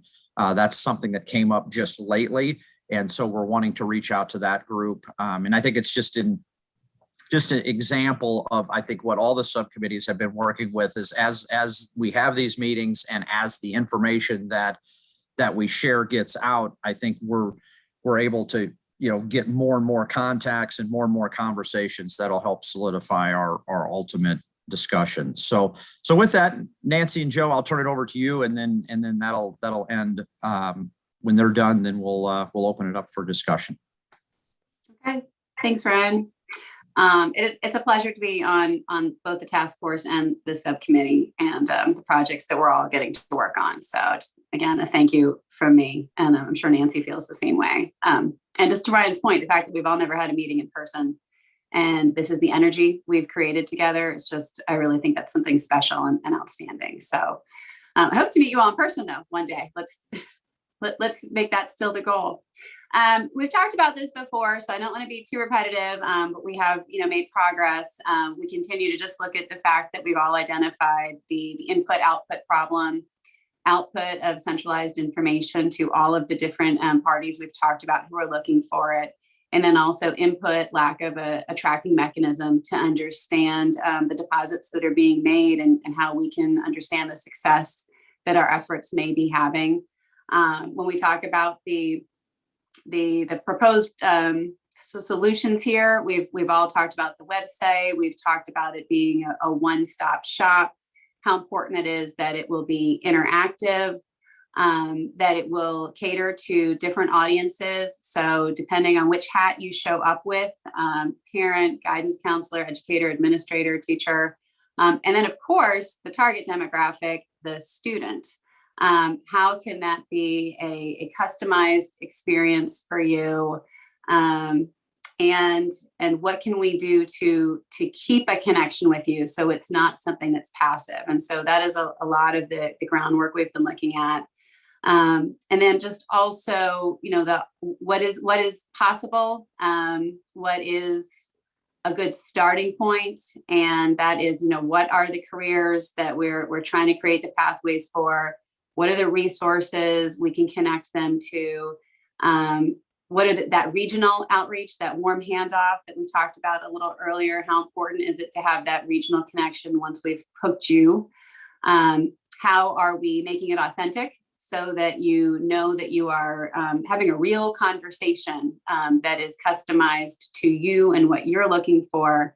And then finally, and I know we've talked about this, maybe not as much today as we have in the past, but how important it is for these students to find their allies and to connect to them. And we know that those organizations exist and that they do wonderful work. And so in addition to that regional warm handoff, how can we let them know that there are allies out there for them, or that they can be allies as well? And so that is a lot of where we're at right now. Nancy, that's the setup. I'm going to pass it over to you. And like I said, it's been awesome working with you on this. Joe, it's been amazing working with you. And Ryan, thanks for that great intro on our subcommittee. I, like you, Joe, hope that we all get to meet each other in person. I consider you all friends at this point, and we've never actually sat in the same room together. I'm looking forward to meeting you, Joe, in person, because I think you recently told me you're 6 feet tall or close to that. So I am way shorter than that. I'll have to wear high heels.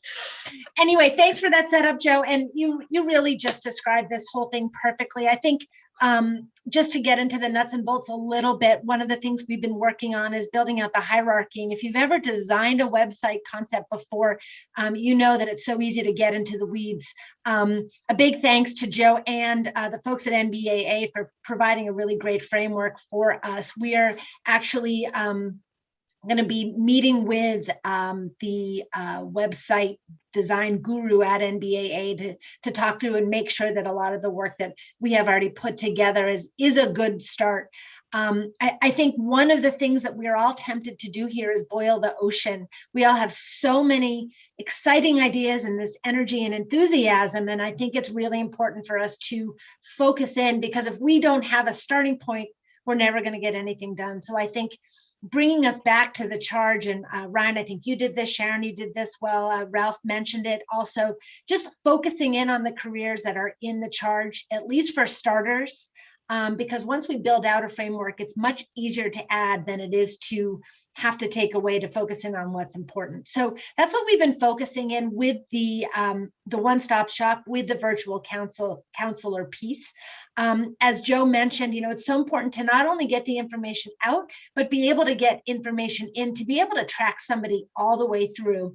And one of the last pieces that we're working on as we're building out this concept is how to do almost that handoff, how to know that when the information is collected on a person who is maybe 14 years old, who wants to, and I'm going to use the pilot thing because that's sort of my life, but wants to be a pilot. How do we know that in 4, 5, 6 years, they haven't just been lost sort of in the ether? So to be able to have that ribbon to connect them through, whether it's with an organization, say like OBAP, whether it's with a college or university that they're showing interest in, and then to be able to follow up and make sure that, say, for example, I'll use UND because I'm an alumna there, that UND picked up where that person left off, to be able to say, hey, come to us, come hang out with us, and then they end up wherever they want in their career. So that is the piece that we are looking at about how to thread all that through. And then I do want to give a big shout out to Ed and Avsed.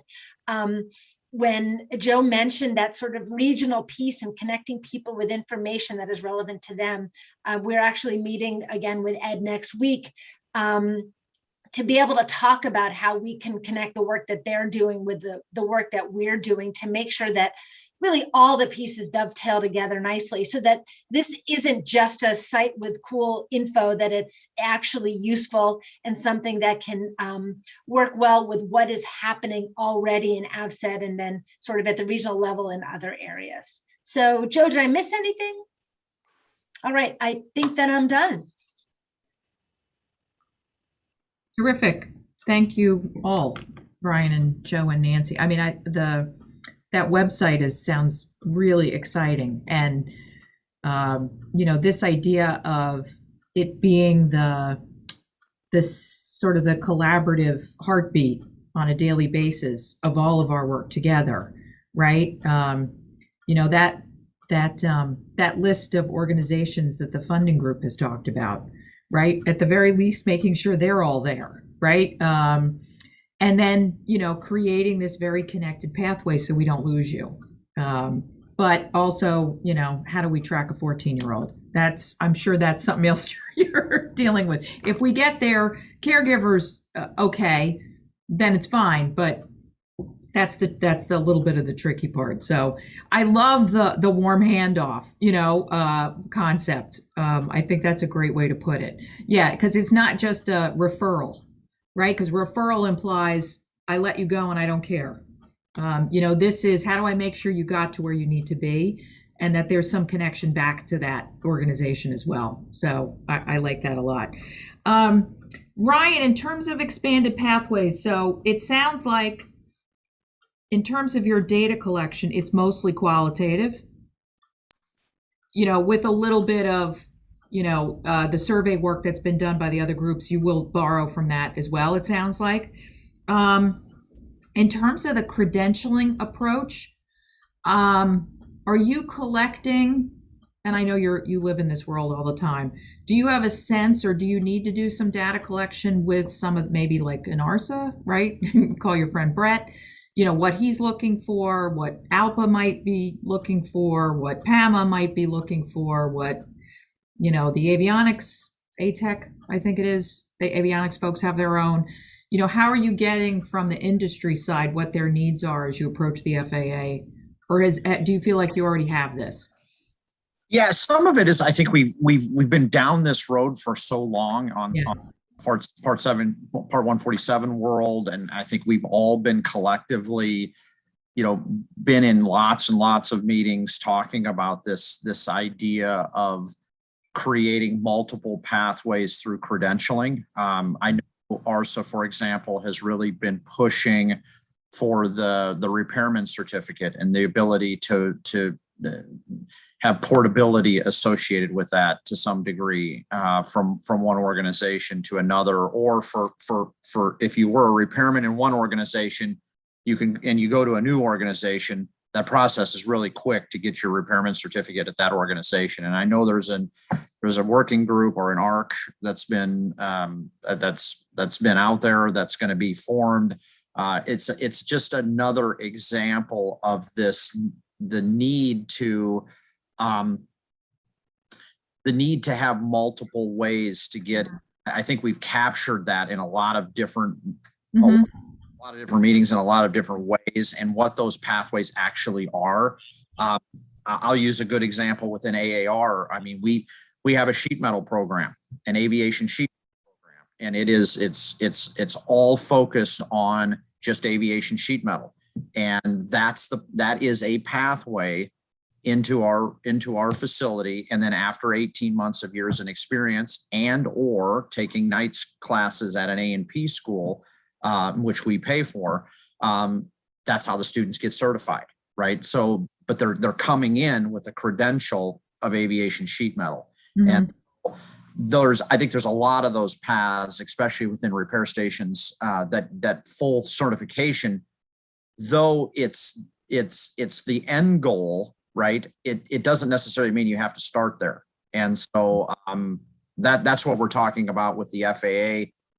Jim, I know you've had a lot of conversations on the educational side, especially under high schools and CTE programs that you've been touching base with around this. It might be good for you and Joel maybe to give a little bit of your insight here to just help Sharon as well. So Jim, I'll start with you. Actually, Ryan, I'm going to defer to Joel today. I don't have much of a voice, so. All right, Joel, you're up. Yeah, I'd love to jump in. Ryan, you said two things at the very beginning of your comments. One that I do not share with you, and one that I do. The first thing you said is that you were reflecting on this committee during the break. That I do not share with you. I was just taking a break, so sorry about that. But what I do share with you is you made a comment about communication, and that is that if there was a way to communicate all the awesome things that are going on, around the country in aviation, then somehow that would be better. Somehow that would be positive, and I think that is exactly right. Yesterday, I was kind of back channeling with Ryan a little bit. Yesterday, I was at a high school in Arkansas, and there were the collection of CTE schools that are trying to create some kind of aviation programming that would be in a number of Arkansas schools. And I was kind of guiding them a little bit on the way these things look. Generally speaking, it seems like there are three kinds of programs. One that's sort of an aviation club, where they do stuff and take a field trip and have fun and be aware of aviation jobs. That's cool. The second level is where there's actual curriculum that builds into the students' high school program, where some of their actual coursework is in aviation. And that's high school we were at, is at that level where, and they use the AOPA curriculum. I know some of us are aware of that, and that's very groovy. It's like, I think 3 courses, an aviation 1 and an aviation 2, and then an aviation lab that they do as part of their coursework. That's great. If aviation club was cool, then I would say AOPA curriculum is even cooler. And then Ryan, you were referring to the coolest, which I agree with you. The coolest would be that there's actual certification level work being done. So some of the high schools we work with, the students are actually doing the general content and are eligible to sit for the general exam when they've completed that content, and can, at least in our schools, transfer credit from that high school program to our program if they come to AIM as the general content.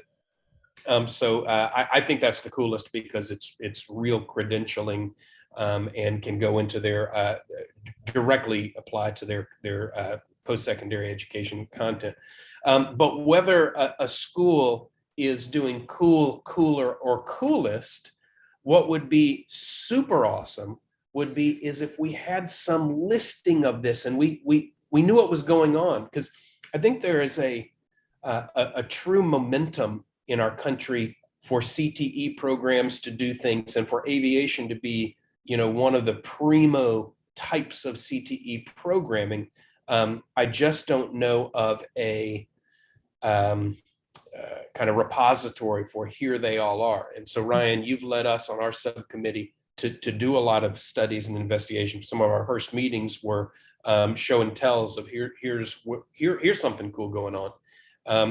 I think the next level for this thing would be for us to have maybe an FAA sponsored site where they could be registered and sort of cataloged, which might help the momentum for this grow and build. When you say FAA sponsored site, you mean a listing of the 3 different levels that you're talking about? Like if somebody has a club at a local high school, it's listed. If somebody has okay. Sharon, that is what I mean. And the reason I said FAA hosted would be just because, well, face it, the FAA is sort of the federal leader in who we look to when we're talking about aviation. So for example, Ryan as a representative of one of the great aerospace companies could create such a thing, or I as a leader of a significant A&P school could create that type of thing. But it wouldn't have the, I guess, the stature and officialness that we would if we did this together, even as the Youth Access to American Jobs in Aviation Task Force of the FAA. I know we don't have a website of our own, but if the FAA would sponsor sort of a platform for us to catalog these, I bet what would happen would be some of these counselors that I met with in Arkansas would say, whoa, we're one of those. And I think we're category 2. Let me submit us. And there it would be. So Joel, are you suggesting this would be different from the one-stop shop that we've been talking about that Nancy and Joe are building? Yes, I think so. If what we're talking about is the one-stop shop or a kind of repository of high school programs that are going on, that's what we're talking about. So if I'm reinventing the wheel with new words, sorry about that. But yeah. No. I just think we've at this point anyway, we're not suggesting who underwrites the website. We're just trying to make the case for what should be there, right? Yeah. Yep. And I definitely think, in order to facilitate a lot of these warm handshakes, handoffs, you really need a listing of, is there a high school in my area that offers this, right? That's right. But having it on what I'm going to propose is having it on a FAA sponsored website would make it to where, yes, we would probably all get started. Hey, this school, you guys need to go ahead and submit and whatever. But then what would naturally happen is other schools that we don't even know about, like some of these in Arkansas that I didn't know about until recently, would hear, hey, why aren't you on the website? You guys are doing this. And it would sort of start promulgating through cultural and I guess the word communication that Ryan used. Right. Okay, thank you. Yeah, Yvette, go ahead. Thanks. I think I love the idea. Obviously, I think we're all supportive of a one-stop shop. And I've sort of this whole time, ever since sort of when I presented and Tamara brought up, what are some of the other industries that have been able to reach on a national scale? It's sort of been sitting with me. And, coding, engineering, STEM, and they all like had this cool thing. And I think that, and got to, populate in the every one sort of daily lives. And I feel like aviation, we have sort of this perception and terminology problem. I mean, just the word aviation, the general public just thinks of pilots or flying. And so, you know, this is going to be a great help, but I'm really struggling with sort of how can we think of a buzzword, or can we redefine what aviation is to help us get to that national big picture.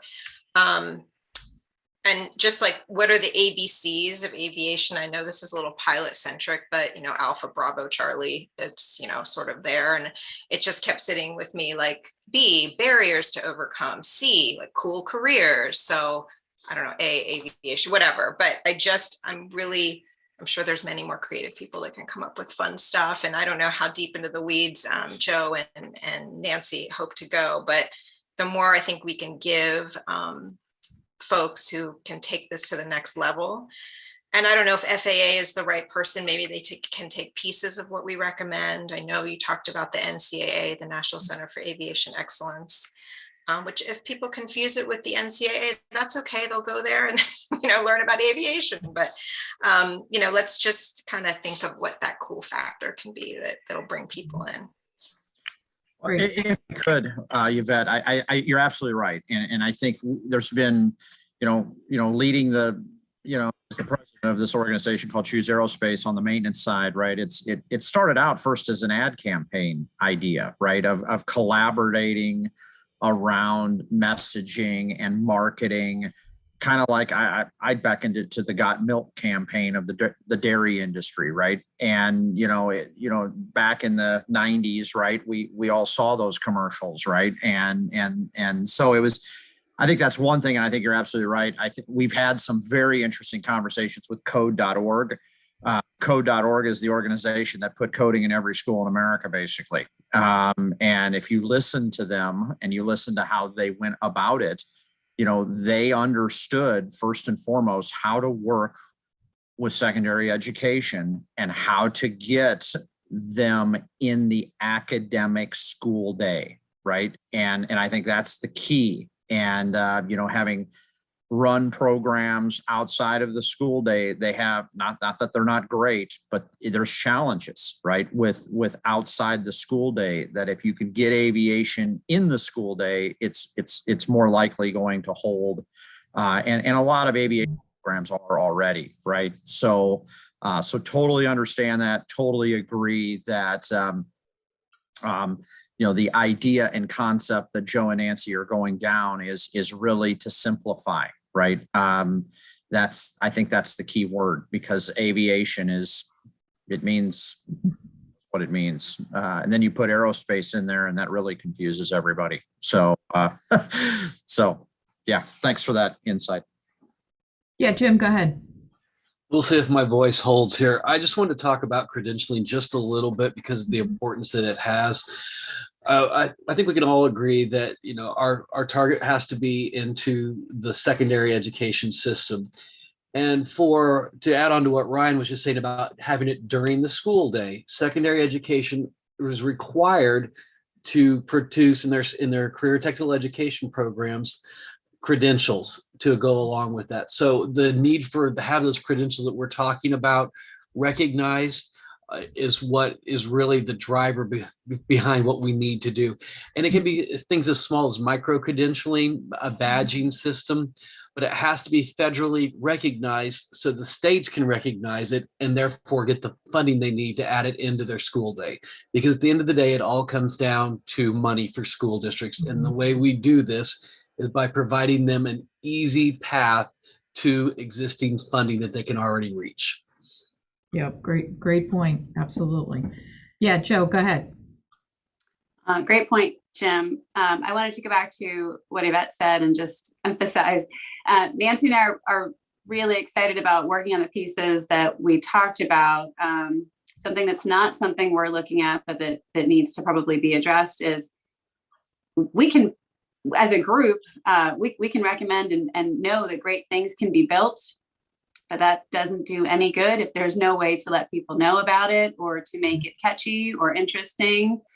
And I know we've all experienced that, those disappointments in our work lives where we've created something great and then it just sits somewhere and you just are kind of stupefied that, well, it's there. Why doesn't everybody know to go and get it? The resource exists. And it's because of the other part of that, which is the awareness, the marketing, what's the campaign? How does it considered something that lives and doesn't just live on the day that it was turned on. So that is something we will have to probably discuss. And I'm so glad that you brought it up, Yvette, because it's, what's that Top Gun effect for this? And I don't know that we have an answer there, but I will certainly say that is not my area of expertise.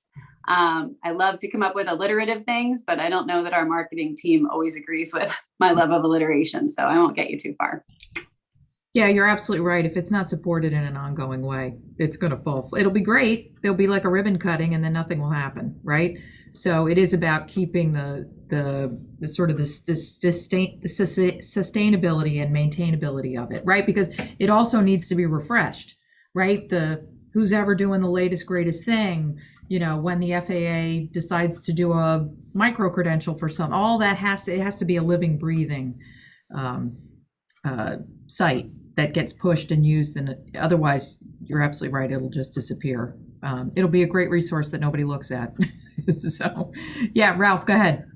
I'd like to reinforce what Jim said. There are 17 states that have implemented stackable credentialing. And the reason they've done it is because today there are many populations that are non-traditional students that haven't followed the regular path of being in school and following the pathway through. Many students have to drop out and work and then come back and have a variety of different on and off ramps to getting to the goal of the job that they ultimately want. And that's more of the norm today than the traditional route. And this is particularly true for underrepresented populations. And so the stackable credentialing opportunity provides a really significant pathway to getting to the kind of jobs that we're talking about, especially in the AMT area. And so I think what they're doing in terms of the stackable credentialing initiative that they're working on is really critical in terms of making it really practical for people to get on and off the ramp to getting to that job, because there's no single clear pathway to those jobs. Many people will get on and off and et cetera. And so the kind of stackable credentialing approach that they're taking, I think, is really critical.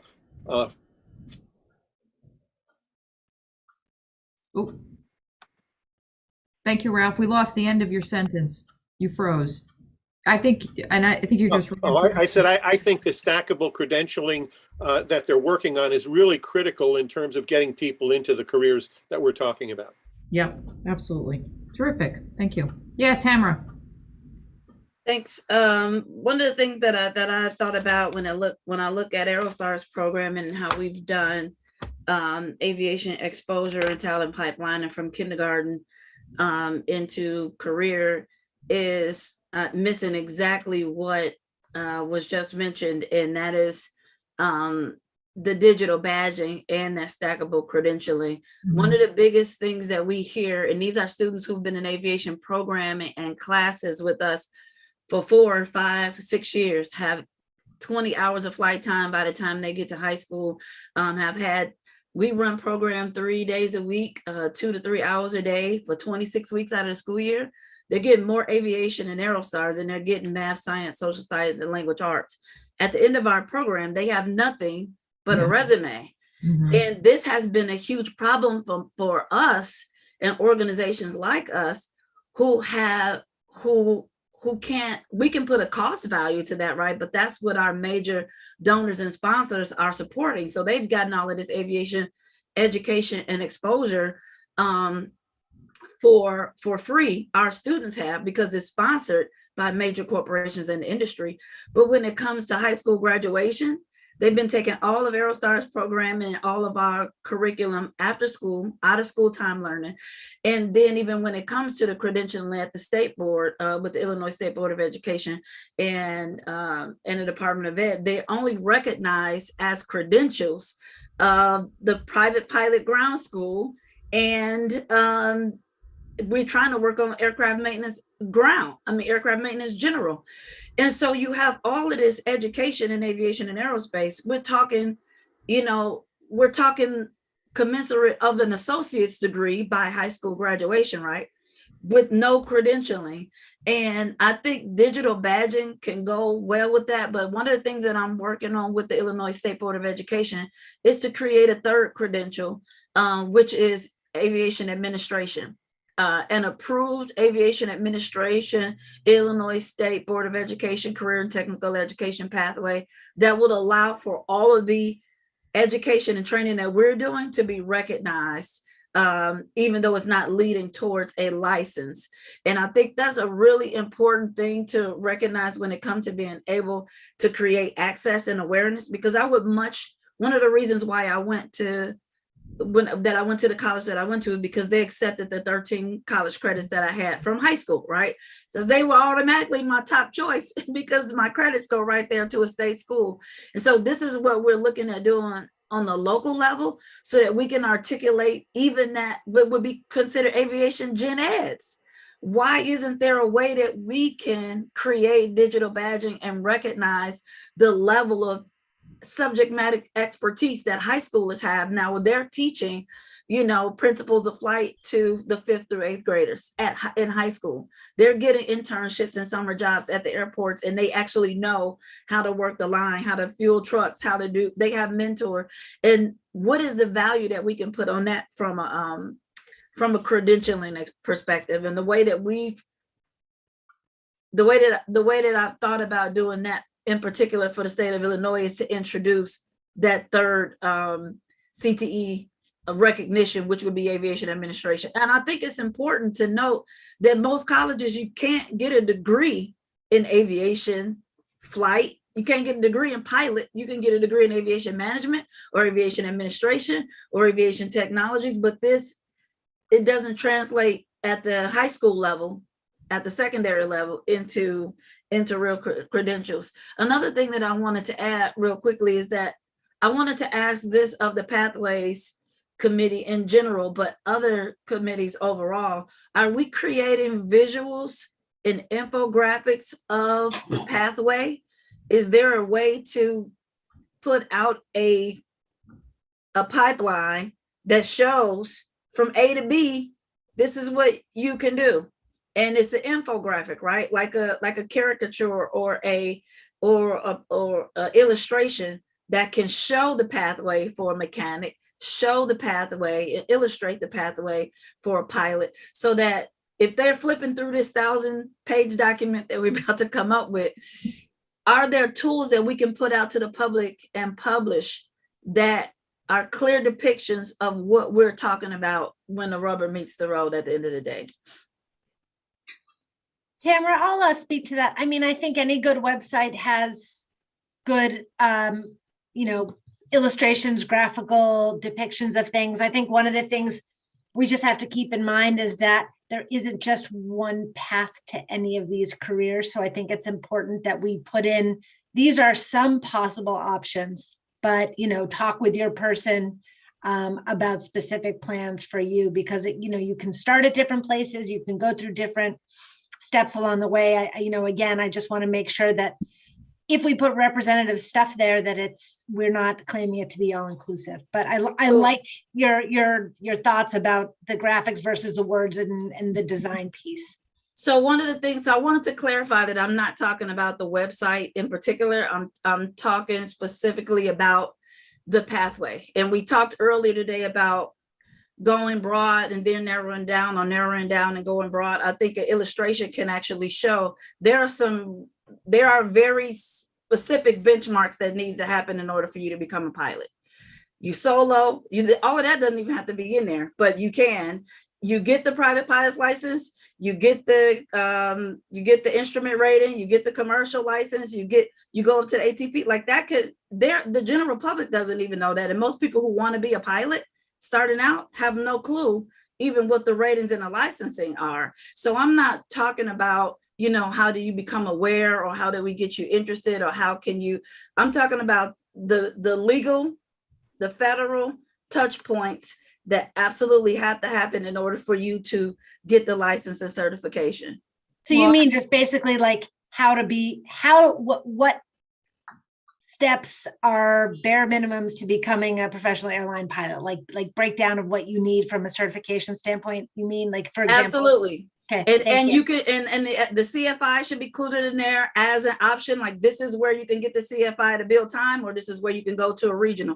Like, there's a way to illustrate it so that there aren't so many people out there who really don't know what to do can take a look at that. So I think that's what I was hoping for, not necessarily for the website at all, but as a visual that's real simple and straightforward for that's age appropriate, right? So we're talking about, we know for sure that the first age group, the number one age is 10, right? That's what we discovered on the task force.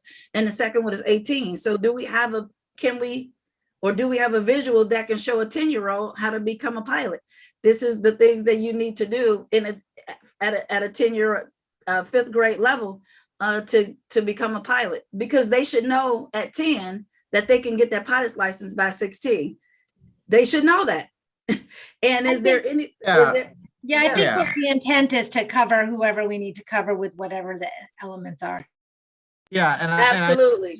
Right. I would say to that, Tamara, that I think the website, to Nancy's point, is exactly right. I mean, it focuses, there'll be lots of good stuff obviously want to create on there.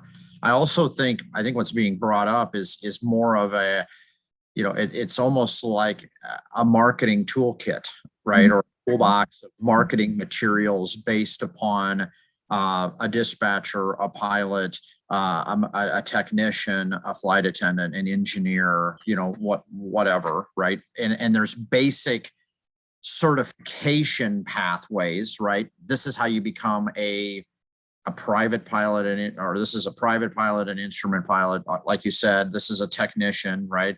And then there are actual job pathways, right? These, once you're certified and you've gone to school, or you've gone through the 3, military school or experience, right? This is the pathway within your career that being a licensed technician allows you to do. Not all of them, there's a million jobs, right? But I agree with you. It's almost like a recommendation, Sharon, of almost just marketing in general, right? Yes. Of creating things is almost a recommendation to its own. So I am trying hard to finish on time. So Joe, what do you want to say? I'll use my New Jersey speak. I was just going to say, I guess I'm unclear if you wanted us to develop assets or resources for the recommendation, but if we do think the group needs something illustrative of these pathways, that maybe that's where AVSET probably already has these resources, or we could ask of them, could you help us create these 3 examples? And then of course we could help edit and fill in those blanks. Yeah, I was thinking this is something that we say to the FAA. We think this is a good way to do it. Maybe if you wanted to, you could do one example, but I'm not even saying you have to do that. But yeah, I think it's a recommendation that falls into this broader category of, here's how we need to promote aviation and aerospace. So yeah, Ralph? Some of this work has already been done. If you look at the research that's out there, the U.S. Department of Labor has a competencies model for aerospace. It was developed with AIA and NDIA and the Department of Labor. It's a very, very elaborate system of all the jobs that they came up with in aerospace. And it goes down to the individual resumes for particular jobs. It's very, very comprehensive. I don't think we could come up with anything more comprehensive than that. I think pointing to that kind of thing would be helpful. The issue with it is that it is very complex. And so I think the point that Tamara's making is, if you had a Cliff Notes version of that for students, it would make it a lot easier. But you could use that as a model to make the Cliff Notes version, so you don't have to collect all the data and information. It's already available. And if you want the Cliff Notes version, here it is, and make a simple thing that anyone could easily understand without a lot of analysis. Yeah, absolutely. Well, thank you, everybody. This has been another incredible conversation. We have a series of public meetings and working group sessions scheduled over the next few months. I think our next meeting is the steering committee, so the chairs of the groups.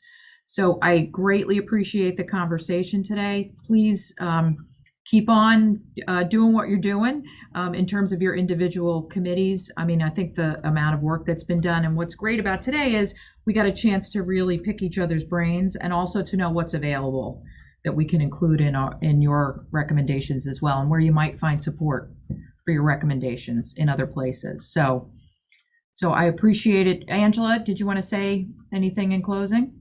No, the only thing I wanted to add was that I just really want to thank you all for your continued hard work. And it's been very impressive to hear today how you all continue to collaborate amongst, the various subcommittee chairs. The subcommittee groups, because that's going to give us even a better product at the end. So just want to say thank you for that. All right, terrific. Thank you, everybody. We're adjourned. Thank you. See you all next time. Okay, take care. Bye-bye.